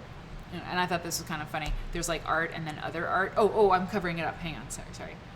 My little joke is like, this kind of looks like a sign in a museum, because isn't textile art and like decorative arts, isn't it always like in the basement? Don't you feel like it's always like lower level decorative arts? It just seems like it's always that way. So like, anyway, so decorative arts and textiles, like that's an embroidery, goes back there, but it's always really fancy decorative arts get to be there. And so quilts start showing up in fine art museums because they're labeled decorative art if they're really fancy, but they're still not art. They're decorative. They always have a qualifier. Folk art, quilts get called folk art, So there's more I'm going to talk about with this. And then, of course, outsider or vernacular art. So when we talk about quilts and fine art, there's all these qualifiers, Quilts aren't just part of fine art. The fact that we even ask the question, are quilts art, establishes that there's a hierarchy. We don't usually say, are paintings fine art? Or are paintings art? Like, well, yeah. You don't have to ask that question, but are quilts art? Or are they craft? The hierarchy is there, and we ask the question because we've been shut out of it for a long time. So, craft, the slide, whatever. Okay, so are quilts art or craft? So when quilts pierce the veil, you could say, what do I have this here? Yeah. When we get into the rarefied air of the Fine Art Museum, it's exciting. It can be confusing to art people. It can be transgressive. It can be provocative. But it's all really interesting because there's this hierarchy in place. And quilts, I'm not saying that this is my opinion, but quilts don't belong there. Quilts are this very unusual form because they're relegated to decorative art. They're relegated to folk art. They are vernacular art, outsider art. So when they reach the hallowed halls of the Fine Art Museum, we sit up and take note, and it has all these implications because fine art and quilts have a relationship. It's complex, and let's take a look at some of these things. Sonia Delani. Oh, I gotta get out of here now. I gotta get out of here. Hey, Padma. Padma, you've been here. Okay. Art moves you. Art makes you feel something. Totally. Okay, good. The other Mary Kate, I did think maybe I should fact check before I start saying that, like, isn't it true that so many, not most, but like, isn't it true so many museums have their textile collections like in the basement? But it's not true. Anyway, so let's just take a look at some of these wonderful moments, right? Or these interesting moments of quilts showing up in these fine art museums. Sonia Delaney, or Delani. Love her, totally. 1911, this is, I gotta get all my notes for this stuff, but this is a child's bed covering that I believe she made for her sons. And she did a lot of patchwork-like stuff. She also kind of shows up in my Quilts and Fashion lecture. At least she does right now. I don't think I can have her in both my lectures, so I'll probably take her out of that one. Anyway, so I talk about her. Then I talk about, look at this. So this is Man Ray. This is Man Ray, the famous art maker in the 1920s or turn of the 20th century. We recognize some of Man Ray's work. Are you ready for this? Look at this.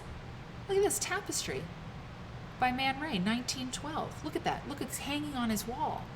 It's hanging on the wall of his studio or his place in Paris or New Jersey. It's not clear. But that, Delaunay. Oh, good. Thanks, Mary Kate. Delaunay. How am I going to remember that? Delaunay. Nay, I shall not pronounce her name wrong. Delaunay, I shall not. Okay, that's how I'm going to remember it. Anyway, so, yeah, Man Ray. It's kind of wild, isn't it? But that, and the question is that a ready-made, right? Did he find a quilt and hang it up on the wall, as like a ready-made kind of deal? Or what? I mean, we don't know a lot about it, but it is, Barbara Brackman writes about this, and that's where I found it. So cool, right? Write down. And by the way, Jay's got a good question. And somebody asked if there would be time to go to, Joyous Fibers asked, if you're going to QuiltCon and can make the time to visit the Phoenix Art Museum, it's an afternoon well spent. That's really good to know. I would really like to do that. There's a day where I only have an exhibit tour, I think. Is that true? Oh God, oh my God, I got the chunks. I got the nervous chunks. Oh my God, QuiltCon's next week. Oh my God, I have this lecture. I have the Quilts and Fashion lecture.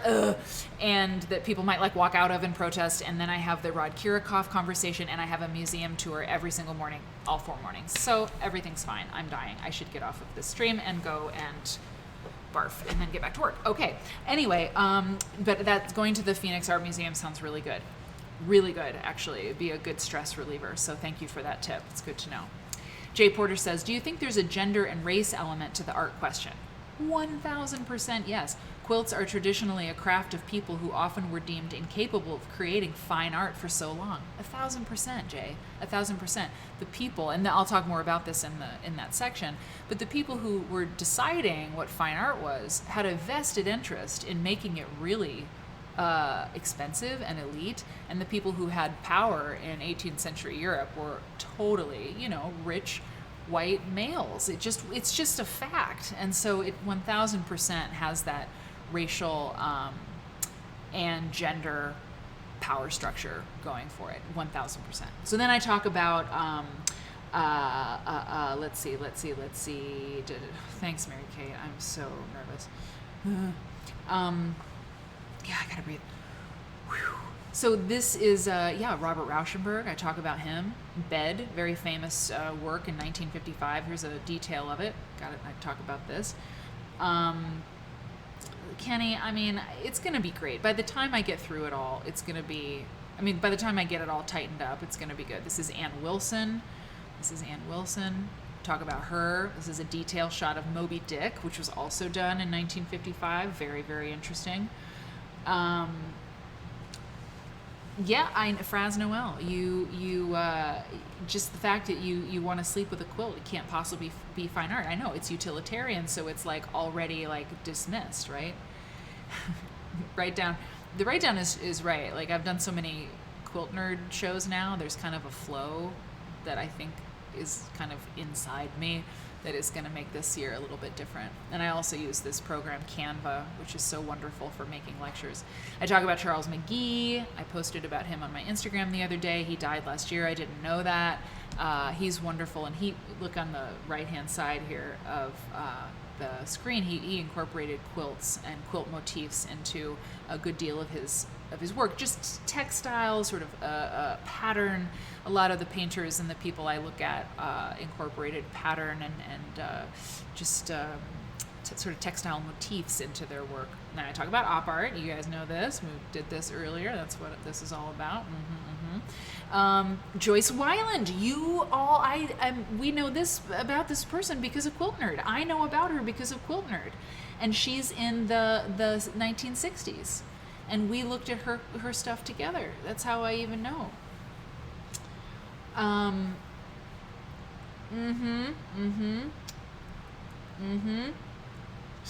Thanks, NDH. Yeah, it's gonna work. It's gonna work.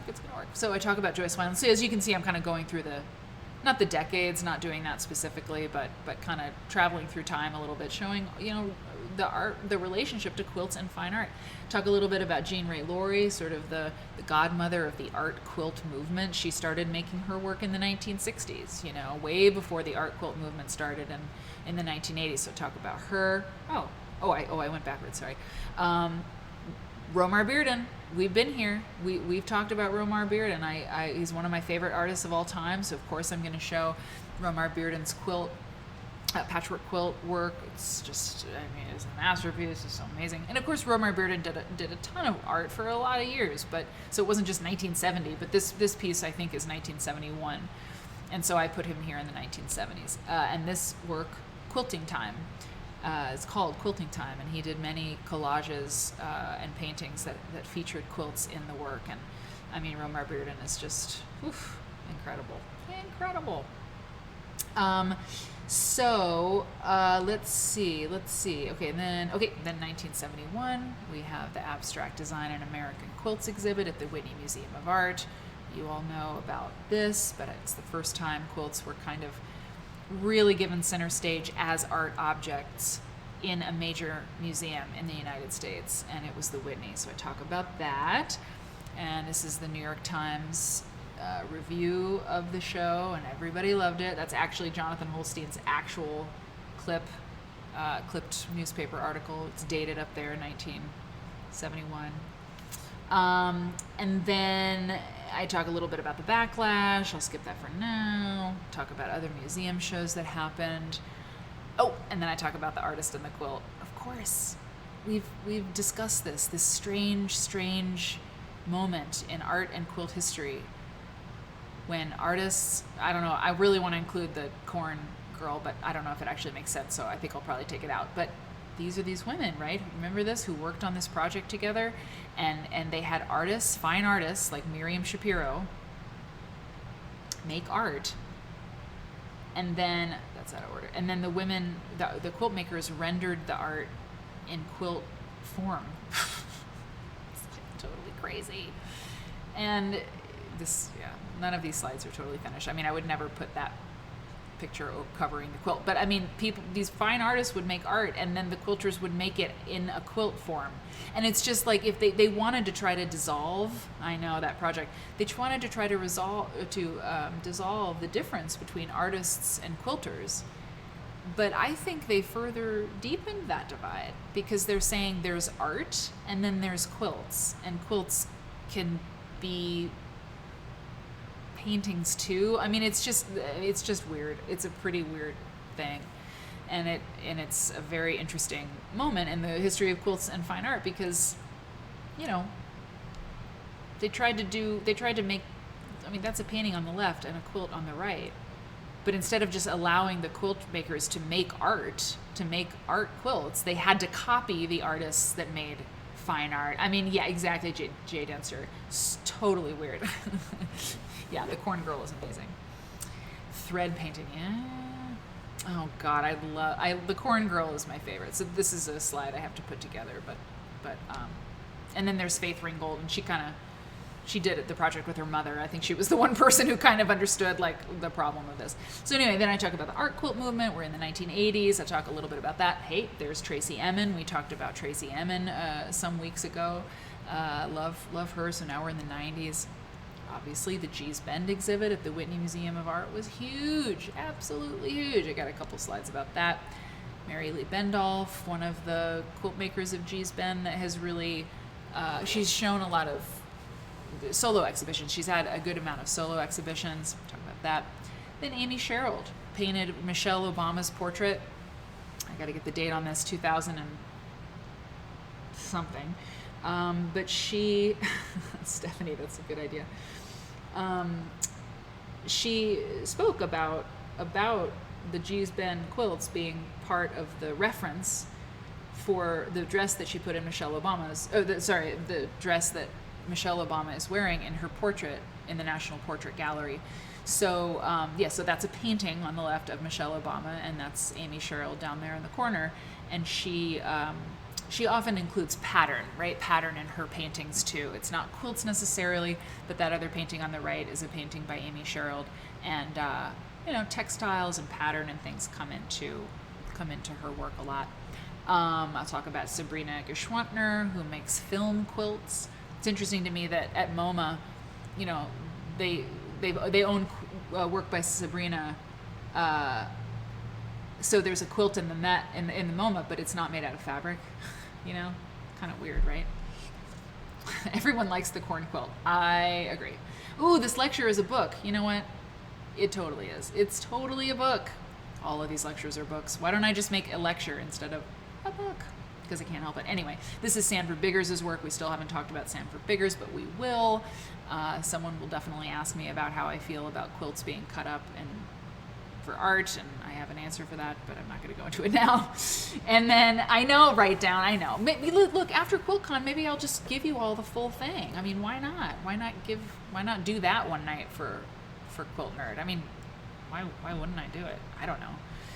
So this, where's this guy's name? It's in my notes, but I love this. It's kind of a tableau vivant that he made, doing this picture, tableau vivant is like making a real life picture, copying a painting. It's like a thing French people used to do for fun, I believe. Anyway, I love this. It's so great. So quilts showing up in fine art.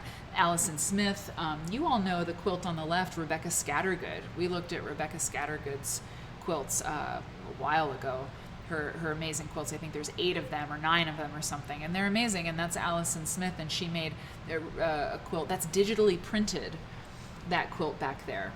I know it's a whirlwind, and I know, and it's not, and like I said, I'm not doing the lecture, like it'll be a lot slower than this, and I will take time and talk about things and have notes and names and dates and all of that. But this is Cedric Huckabee, a sculptural moment here. Those are actual quilts that have been sculpted into.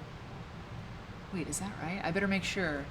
Yeah, I got to take a look at the medium on that and make sure that's right. I'm pretty sure it's actual fabric that's been manipulated. Anyway, and then we looked at this together.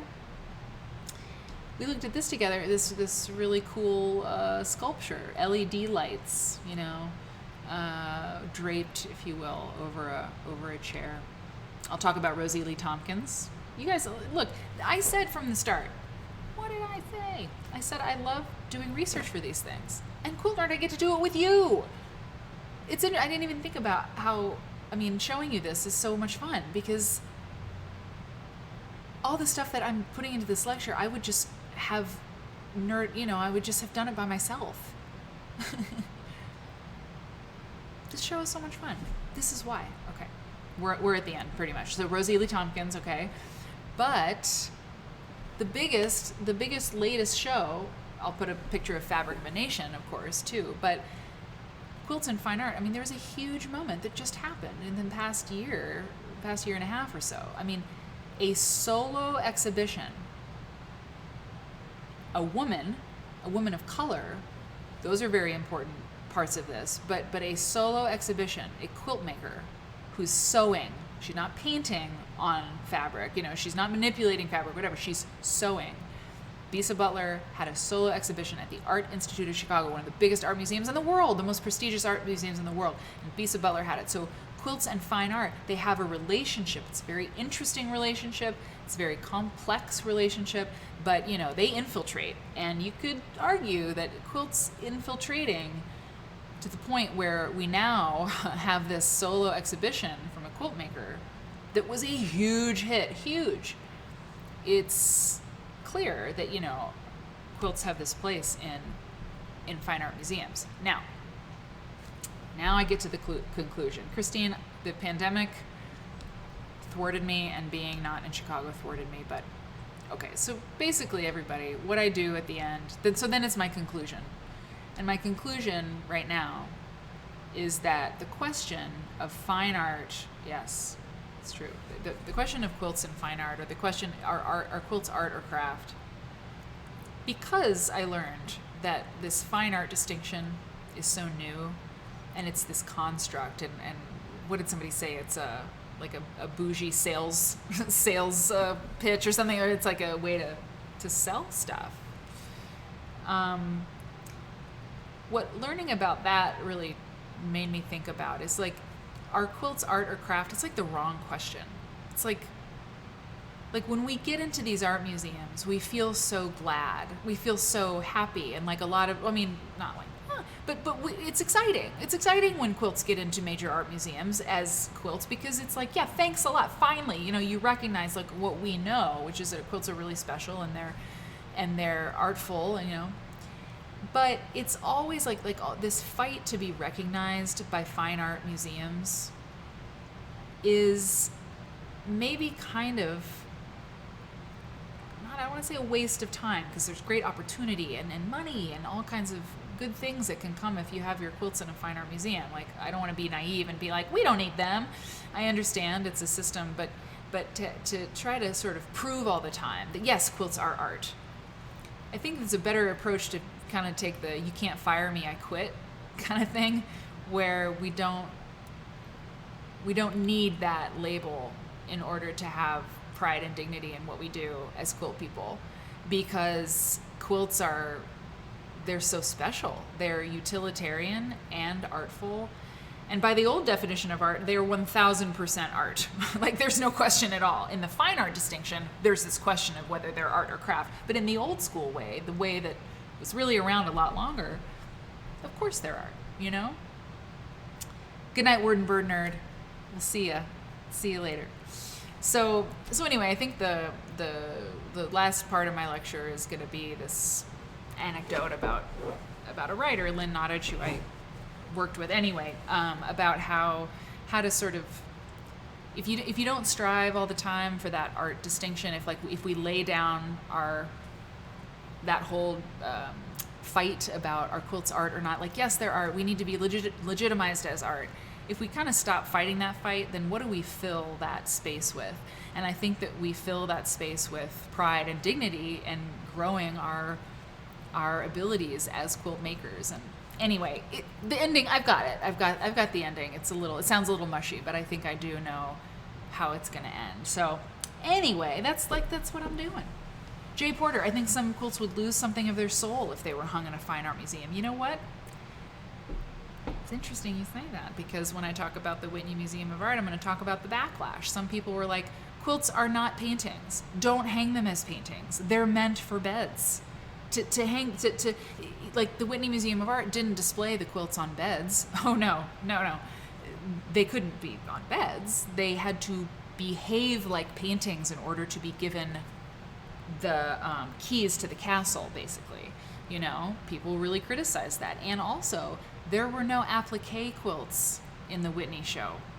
And some people really, were like, well, what does that mean? Are the applique quilts decorative then? And the graphic patchwork stuff is good enough for... So there was a lot of backlash, and it's very interesting. Anyway, so it's kind of like, thanks. Yeah, it's all been a quilt church thing. Not the lecture at the moment, but all the research has been really, really fun. Anyway, so going through that with you was good. It was good. I see kind of where I need to be, and I also see where it's strong, and yeah, okay. it's gonna get there. The quilts in fashion thing. I'm so tired. Listen, let me tell you something. Let me tell you, and you listen and you listen good.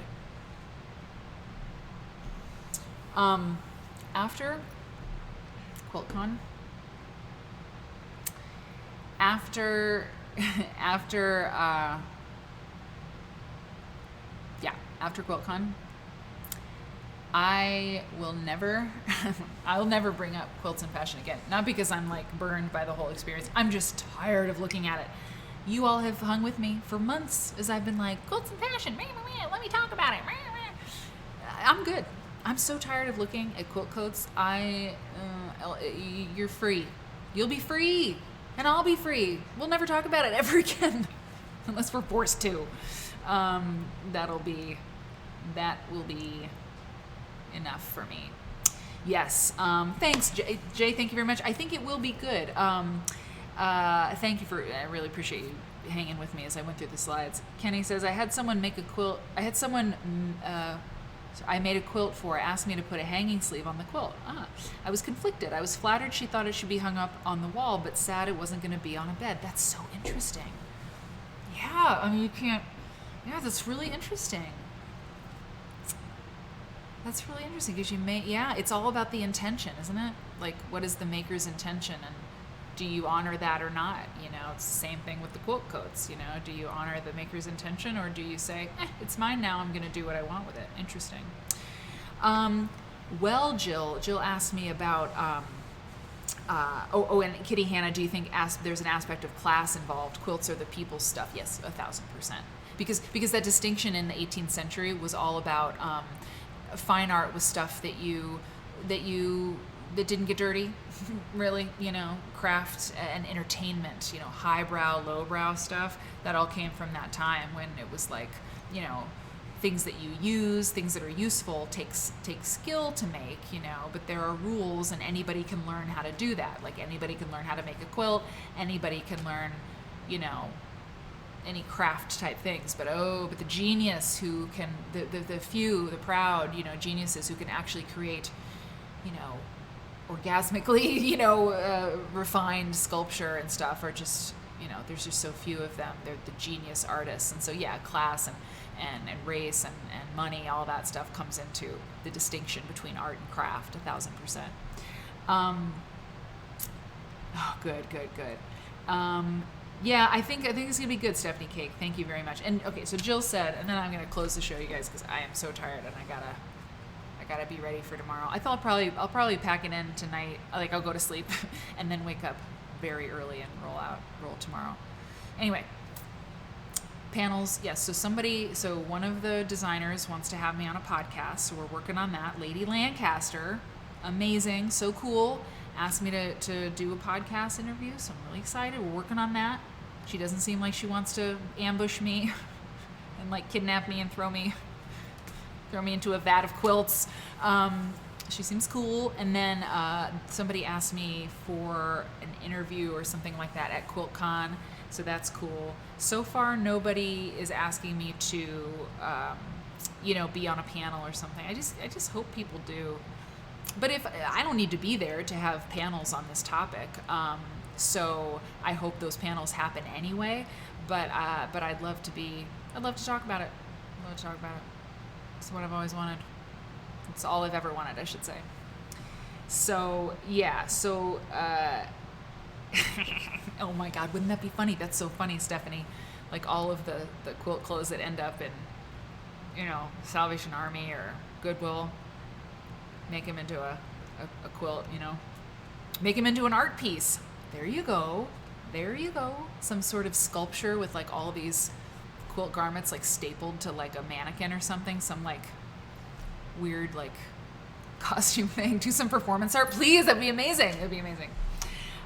Don't stretch myself too thin. It is happening. Like I'm gonna wind up the show now, and I really am stressed out. Here's the thing. I gotta make that statement. I gotta write that brief statement saying that those accusations are untrue, and I have to post that before QuiltCon. That's really important. QuiltCon's next week, but that has to be there, because that's not cool, that accusation about me using sound bites. I mean, it's insane. So, you are welcome, Kelly. It is my pleasure. It's so good to be here, and Liz, I like it. It's so good to be here, and I will see you all soon. The next time I'll see you is Monday. Wait. Yeah, Monday. Monday, there's a Valentine's Day show. And that was right, the schedule. Monday night, there's a short and sweet little Valentine's Day thing to kick off QuiltCon week. And then the Tuesday night show is not happening because I will be leaving the next day for QuiltCon.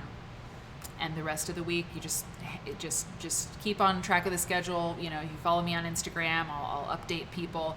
But yeah, it's QuiltCon week, so the schedule for the show is different. No show on Tuesday at 11, I think, or Thursday at 11. I think 11:45 on Thursday is my Quilts and Fashion lecture. But yeah, we will be twitching and saying hi from the show, and I don't know yet because this slideshow stuff is my priority. But we'll be nerding out. I mean, yeah, we'll be nerding out. So we'll see you later.